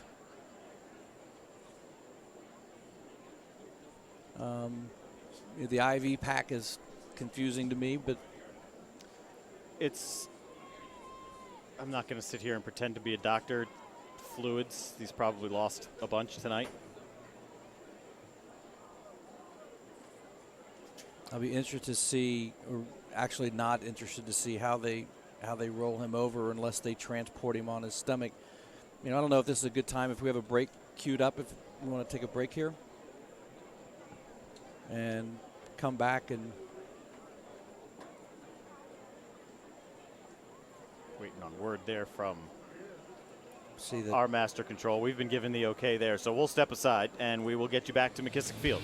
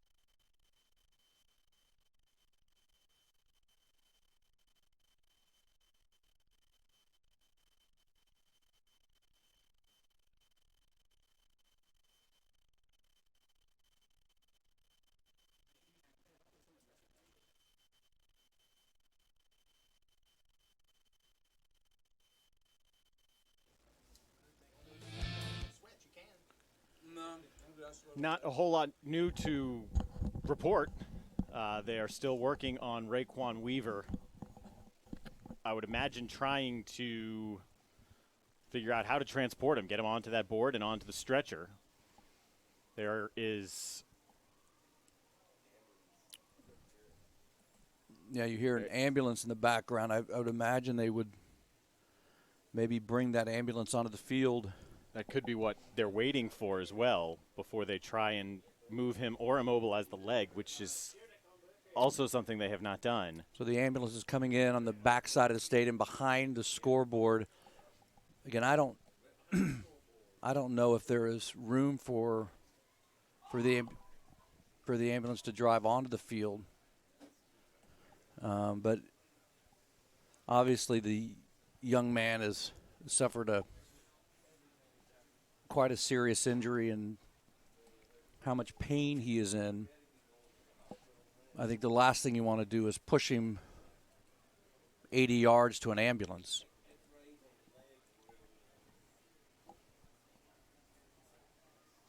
And again, I don't, what we saw, and I don't know if that IV is something to help with the pain. Right.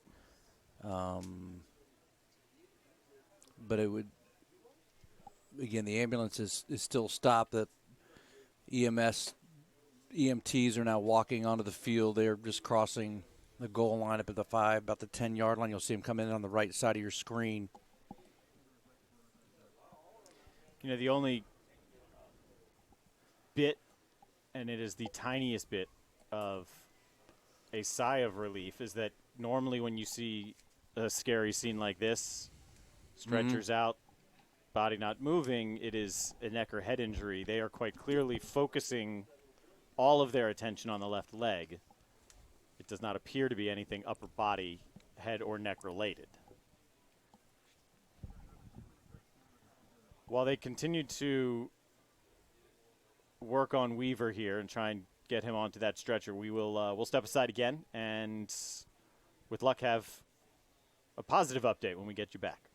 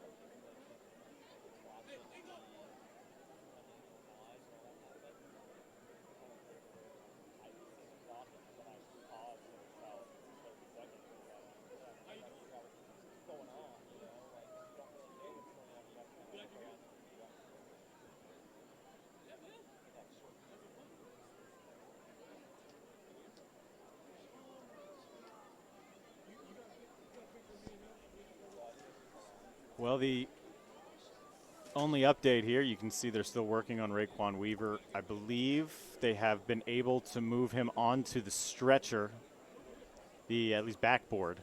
Right. Is he still, now you've got binoculars. We're going to keep this shot wide. But they still have him on his stomach? Yes. Or do they roll him over on his back? He has not been rolled over. He is on his stomach. The left leg has the pants cut about up to his thigh.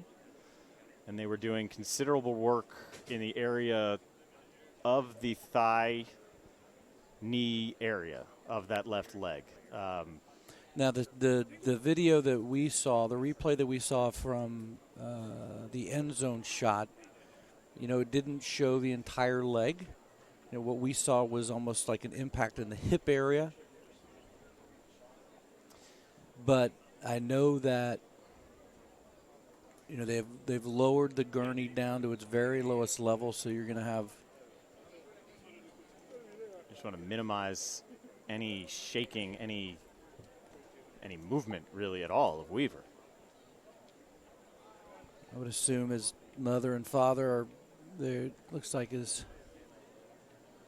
are out on the field at about the 33-yard line.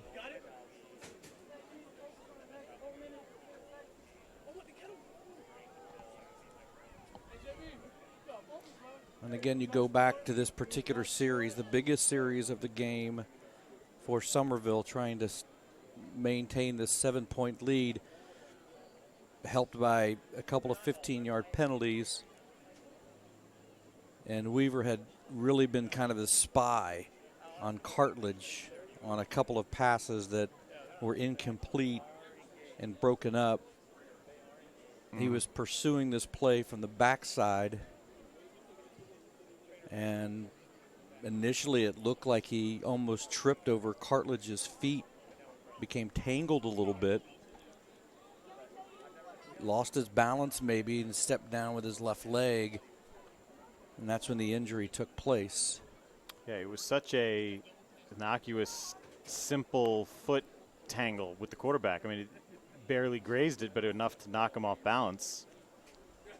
And that next step, yeah. When you're looking through the binoculars, do they have the inflatable cast? It looked as though they were trying to get that out and did not. They have stabilizing straps that they're trying to get onto, I guess, the body of Weaver and that backboard underneath him. There are about 6 different people simply holding him to stabilize him down there. And for people at home who are wondering, why are we keeping this wide shot? We don't think zooming in tight on a young man who's in obviously an amazing amount of pain. To keep it tight on that shot is appropriate or called for. I think what you said earlier, that if there is any sliver of good news, is that it is not a neck injury. It's not a head injury. Right now, the Summerville team is walking as a group over to where they are now lifting him up on the gurney. Yeah, they were able to get him on his back. I think that was the long pause when he was surrounded, the careful maneuver of stomach to back. Spartanburg players coming out. The other remaining Summerville players coming onto the field, as you can see. And how ironic, just 35, 40 yards away an hour ago, these two teams were pushing and skirmish. I'm not going to call it a brawl. It wasn't a brawl. But they were pushing and shoving, and now they come together.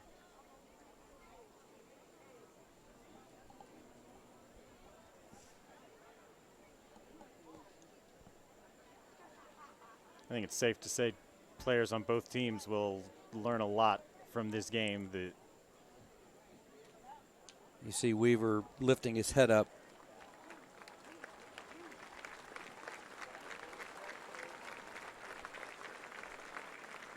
He's got a thumbs up at the 50-yard line. So to go from the high stakes emotions of a important week 1 football game, pushing and shoving, punches thrown, to go from that, a game that's going down to the wire, to the two teams obviously realizing there's a lot more to this game not just this game, but the game of football and life than, you know, what we saw in the first 3 quarters. You know, I think right now, too, is also the test of the mettle of a coach is that, you know, take aside from the fact that you've been sitting stagnant for 15, almost 20 minutes, but you also got a teammate carted off. You know, it's almost like you need, you know, a 5-minute warm-up session here, but, you know, we go back to the game on the field and there's a 3rd and 22. We still don't know what the penalty was for either. That's a good point. But it was a 3rd and 17.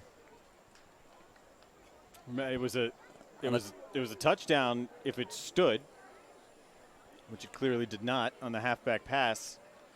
And instead, Dean, of a warm-up period and ease yourself back in, we have a sprint to the finish. You have to go through what both teams went through on the emotional roller coaster, and now not only the emotions, but standing still on a hot night and the muscles tightening up, and now you have 4 minutes. And they brought the Summerville's defense has come off the field. They were huddled up. And now they've come back off the field. They've lined up. It looks like they're going to do some. They're going to jog it out. Okay, I like the move. I haven't seen it before where there's been a stoppage and they've been allowed to warm up. I think it's a good idea. I haven't seen it. You look at some of the Spartanburg coaches who are huddled over with their offensive players, and their coaches has their hands on their hips. Cartilage is warming up the top of the screen.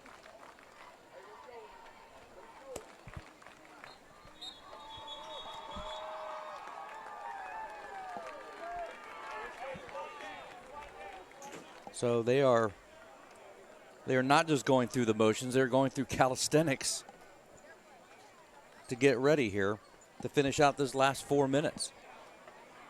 The ambulance is still on the back side of the stadium, still on the street, behind the scoreboard.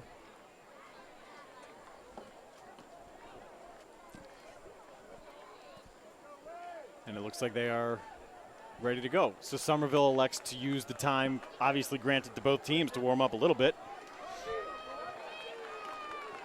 Not the case for Spartanburg.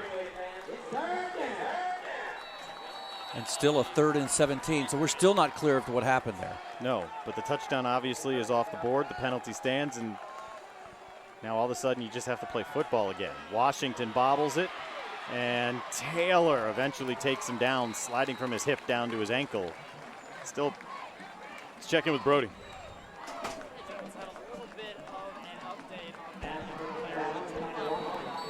The coaches for Summerville, that player actually broke one of his femurs on that play. They're not exactly sure at this point how that happened. That coach just told me the player just planted right on that leg, somehow broke his femur, and not exactly sure how severely that injury is. Obviously a very painful injury, very serious injury. Saw him get put onto that stretcher, laying on the ground for at least 20 minutes. But of course, play started now. We'll try to get you another update to check it out in a little bit. We'll send it back to you. Well, on 4th down, Brody, it is intercepted. Cartilage just had to heave it up. We have flags coming in on the back end of this play. And Summerville has come away with the possession, their second turnover forced of the day. And they've got it with a 7-point lead and 3:14 to play. And I'm going to tell you, the pressure coming again, I believe, by number 7, Jimmy Bracey, forcing him just to throw it up on 4th down. Had to get something done. But 3:14 left. The turnover by Spartanburg, their first of the game, one on the game by Summerville, even on that scorecard, 41-34 on the scoreboard. You're just tuning in now. You're expecting to see 2020. If you're watching ABC News 4, you're actually getting close to expecting to see the news. And the guy standing next to me, who doesn't anchor on Friday nights because he does football up here with us, but that's not happening. It's been quite a wild game. It's hard to come up with the right adjective. It was a lot of fun to begin. Big plays, exciting plays. Spartanburg's first 3 touchdowns were all 44 yards or greater. Got towards the end of the first half in a high-scoring game, and there was a bit of a fight that led to 3 ejections, 2 on the offensive line for Spartanburg. Second half was kind of a rope pull a little bit for both teams until Summerville was able to assert itself, and then that long break with the injury to Raekwon Weaver, and as Brody told us, it's believed it's a broken femur. Low Country Chevy Dealers key player of the game, and yeah, I think you probably could have guessed that. DJ Hancock, he's got over 200 yards. He has 4 touchdowns. He has largely carried this Green Wave offense to what, if they can hold on, will be the signature win in the Joe Call era. The Low Country Chevy Dealers key play of the game. For those people wanting to watch 2020, it will be on as soon as this game is over. And it will run in its entirety, and then ABC News 4 will pick up after that. So a false start by Hancock on that 1st and 15. Take a look at the situation. The scoreboard is now back to where it should be at 3:14 and not 31 seconds. But Spartanburg's got 2 timeouts to work with here.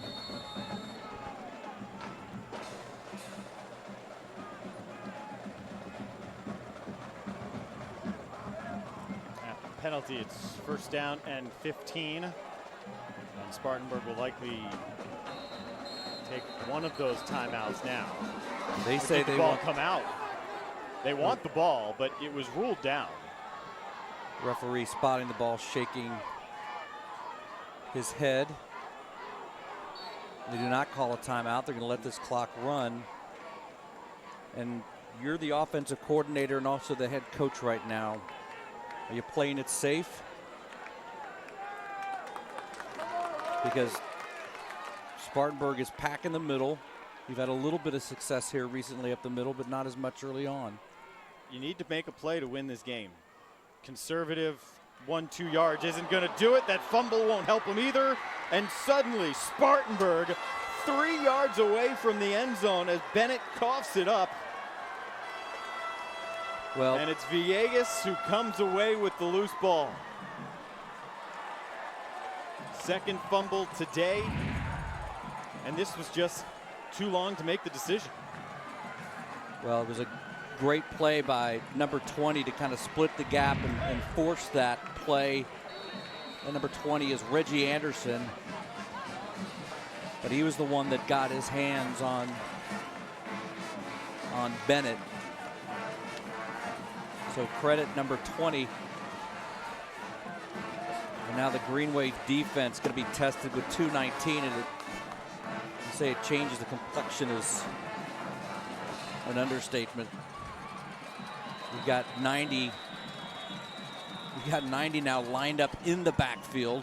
Yeah, they have 2 defenders who have come in. It's the second time they've shown that package, and Summerville will take the timeout. It's Satorian Mobley and Josh Villegas. It's the second time they've come out with that package. So if you're a Summerville fan, this will make you nauseous. What this does is it brings up clear memories of last year, the turnover issues that helped them finish 6-6 as opposed to maybe 8-4. There was one game here against Dutch Fork that we had on Friday Night Rivals. Summerville fought hard against the top-ranked team in the state at that point, the team that went on to win the state championship. They had the game in their grasp. All they needed to do was keep the clock running with about a minute and a half or 2 minutes left. Bennett, then a sophomore, tried to do a little bit too much, fumbled it. Dutch Fork picked it up and eventually won the game. And here we are in a similar spot. The 7-point lead they're protecting, with the Vikings on the 4-yard line now.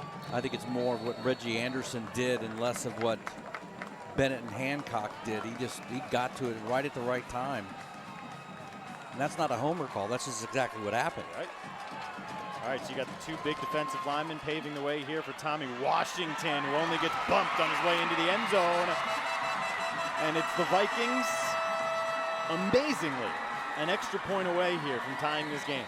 It's a Berkeley Electric Cooperative Touchstone Energy touchdown, the first of the day for Washington. You put about 600 pounds behind the offensive line, and you just get moving. Well, if you talk to Joe Call, you talked to him this morning. Look, they're going for two here real quick, and they didn't get it. They went quick, did not get the two-point conversion. They went for the win on the road, and Summerville's defense with a huge stop preserves the lead. They went with the same play. Who is that? Mitchum down in the bottom. Mitchum down at the bottom. What a great play. You talking about stuffing the run. And you're right. They ran it quick, and Summerville was up to the task. And now it's 41-40 with 2 minutes to play. And then you wonder, you know, the thing about Spartanburg today, they've not held back. They've not hidden any plays. They've run the flea flicker. They've run the halfback pass. They've pooched a kick on the kickoff. That darn near created a turnover. And I would not, an onside kick would not surprise me here. You? No, it's the only possible decision. With one timeout? One timeout, 2:15 to go. The only possible thing to do for Spartanburg here is to attempt an onside kick. Summerville has their hands team out, as the kick team for Spartanburg has yet to come out. We will give you the Chevy Silverado drive of the game, and we'll do that shortly, but we should wait on this kick. Do we have like a stopper of the game, like a? Yeah, it's the Dean Stevens stopper of the game. Driven by Low Country Chevy dealers, giving it to the Mitchum kid, because that was an amazing play he made from his belly. So you got all of the hands team on the near sidelines, or the skill players for Spartanburg. You got Foster and Dean, you have a defensive lineman, Alexander James, who's going to kick off. I don't know if we could have asked for much more. Now they're looking like they're going to go right side. And they do. They go right side and pooch it. And they went high. And a fair catch. What a great play on the far side. He's really testing us out of the gate. It's really given us a lot on our plate for the first week of high school football. We're still 2 weeks from college football. All right, here. Now it's your Chevy Silverado drive of the game. It's the drive that put Summerville on top by 7. They needed all but, well, just one of those. They're up by a point here, 41-40. Banks was big on that drive. DJ Hancock finished that drive with his 4th touchdown of the day. I would think one first down should take care of it. Spartanburg with just one timeout. That's all it's going to take.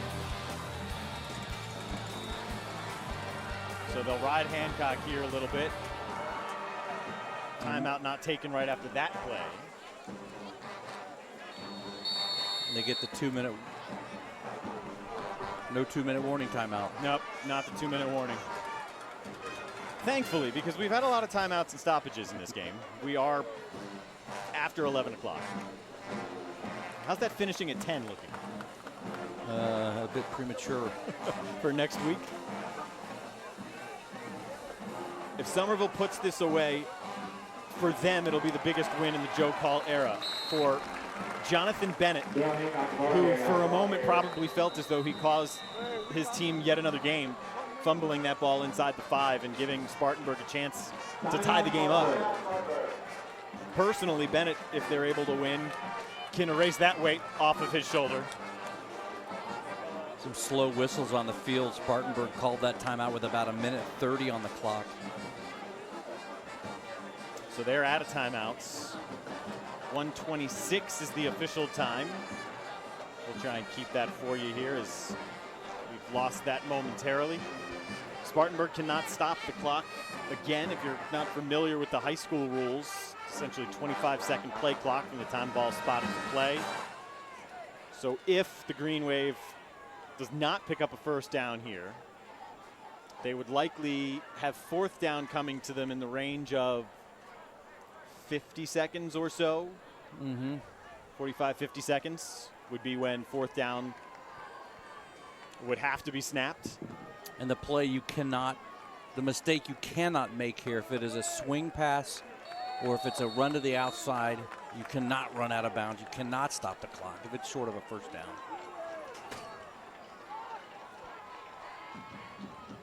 They're going to put it in the hands of the man who has gotten him to this point, DJ Hancock. And they're going to give him the right foot spot, left foot spot. It is. Midfield is the spot to gain. It is. They're going to call. They're going to call for the chains. I think it was a bad spot. A minute 15. And I think it's going to be short. If the ball is fully on that midfield stripe, I think it's a first down. I still think he might have it at the nose of the football. Nope. Yeah, you've been. But yeah, if it was fully on. Your distance today has been off just a little bit. But it's week 0. But I tell you what, if you go back and look at that replay again, week 1. I know we're just calling out Jason left and right back in the truck, but he looked like he was past the 50-yard line. And the referee at the bottom of your screen there, his right foot was to the right of that line and then came back. Missed it by half the ball. Joe Call's leaving his offense out. Man. Just like what Spartanburg did. They went for the win on the road, going for 2. Joe Call is going for the win right now. I would say that they're going to let 25 seconds run off this clock, and then they're going to call a timeout. And then they're going to think about it. I bet you they go. Or they're given the first down. How about Unbelievable. That? Now, Spartanburg's. Unbelievable. A day that's been marred by mental mistakes, and a mental mistake is what will end the game. Spartanburg pointing at the Summerville offensive line. And they're having some conversation with the referee. Let's see if there's any movement. No movement at all. It's all 42 Mobley. Actually gave a little push. And now we're just going to have the victory formation, should kneel down. And you think about Summerville opening up this season, beating the number 3 team in the state, and it doesn't matter that it's on the road. Let's see if cooler heads prevail, and let's hope they do. Well. Up top, number 26, pushing and shoving McCurry, or number 25, excuse me. Then we got a fight in the middle. No, it was actually Summerville doing a great job. It was Shaq Davis who was ready to go, and Summerville kept their teammate from going after the Vikings. What a senior player, you can't. The push from Josh McKinney is what ignited it, which came at the very top of your screen, towards the top of the line. You'll see it right after the play. Left of your screen, well, Shaq Davis and Josh McKinney there. And now what you see is Davis being held back. That may have been actually the best play of the night, was pulling him off. By the senior offensive lineman, Jackson Hutto. He's the one who did it. Hancock got him first. But again, you're a senior, one of the best players, walk away. What a strange night in Summerville. For a game that started with the excitement and the fireworks of the big plays. Offensively, we had almost 700 combined yards. We're going to leave this remembering, yes, Joe Call got his biggest win in his now 3 years, and they narrowly hung on to win, but you'll remember the fight, you'll remember the injury, you'll remember Hancock's 226 yards. But it's also interesting to watch Bennett. You couldn't see him, but watching him bark at his teammates, that's the leader that he's become. And I will remember both teams coming together in midfield as Weaver is being rolled off this field. With obviously a broken leg, is what we are being told down on the field. And they're letting the clock tick down. They will have to snap it. There's about a 9-second difference. So this will do it. I'm shocked. I am. But good for Summerville to pull away. And as you said, the biggest win on this field in a long time. Yeah, long time. Biggest win in the Joe Call era. With luck, this handshake line goes smoothly. A lot of different things happened and came together to form what has become a 41-40 win for Summerville. I think there are a lot of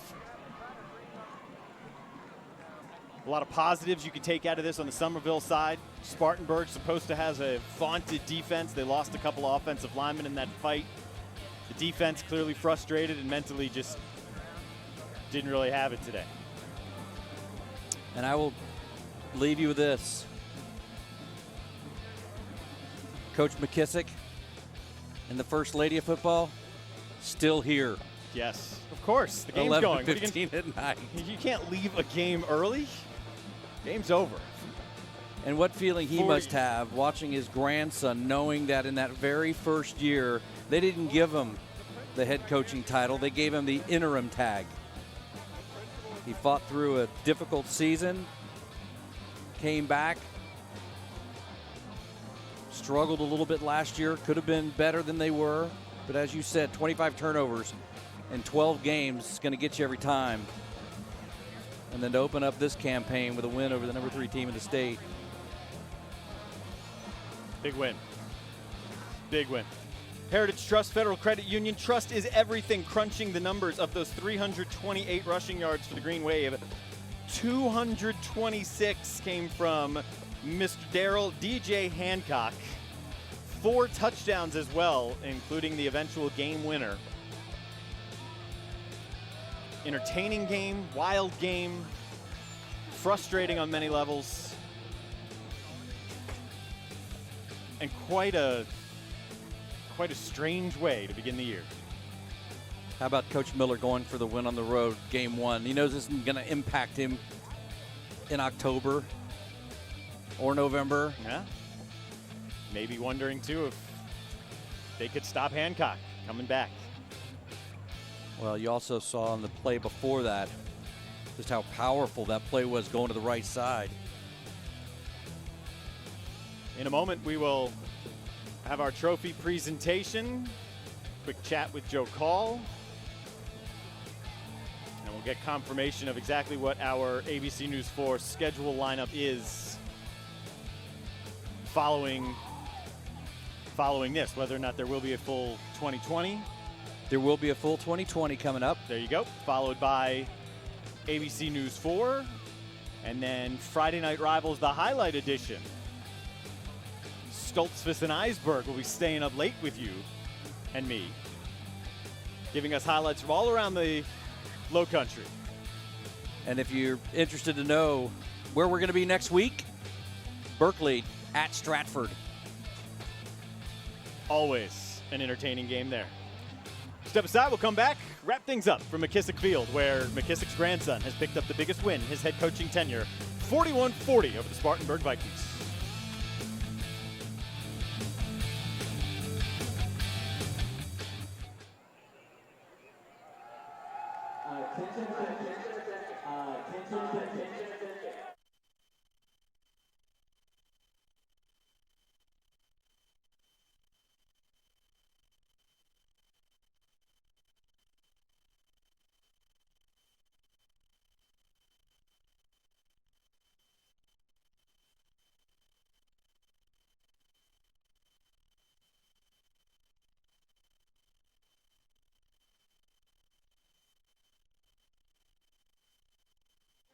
More to go. But a number, big dog. Oh, yeah.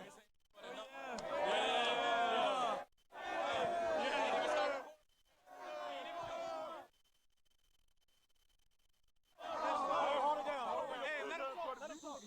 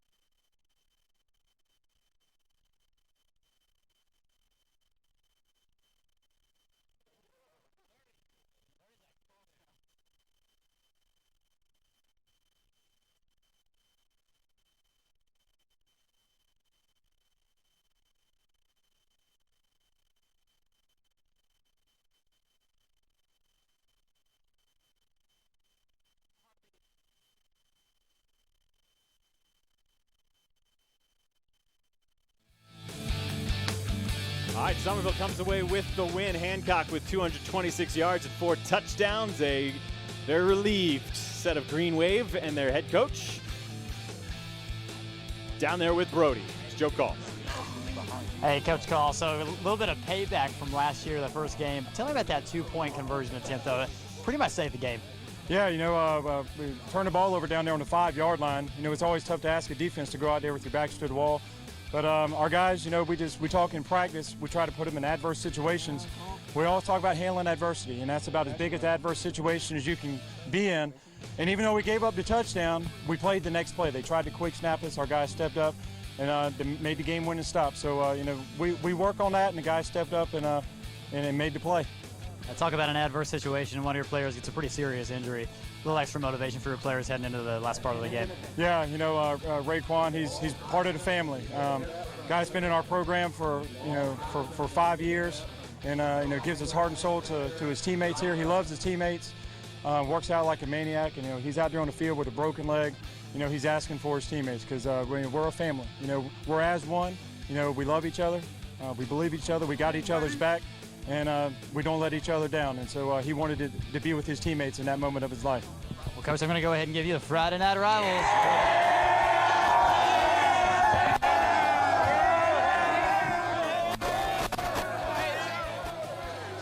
Well, those are some good pictures to end this night. 41-40, they win it. Part of the family. We send our best wishes, for sure, to Raekwon Weaver. Heal up fast. Big win, though, for Summerville, 41. Our final score. Thanks to all our sponsors for making FNR possible. Next week, we've got Berkeley at Stratford. Again, it was 41-40 as your final. Coming up, we've got a full 2020, followed by ABC News 4 at 11 or 12, whenever it decides to come 12, on, and then 12, Friday Night 20. Rivals, recapping it all. See you next week, Friday Night Rivals, driven by Low Country Chevy Dealers. For Brody Hart, Dean Stevens, and our entire crew, good job today. Long day today. Great day. I'm Darren Goldwater.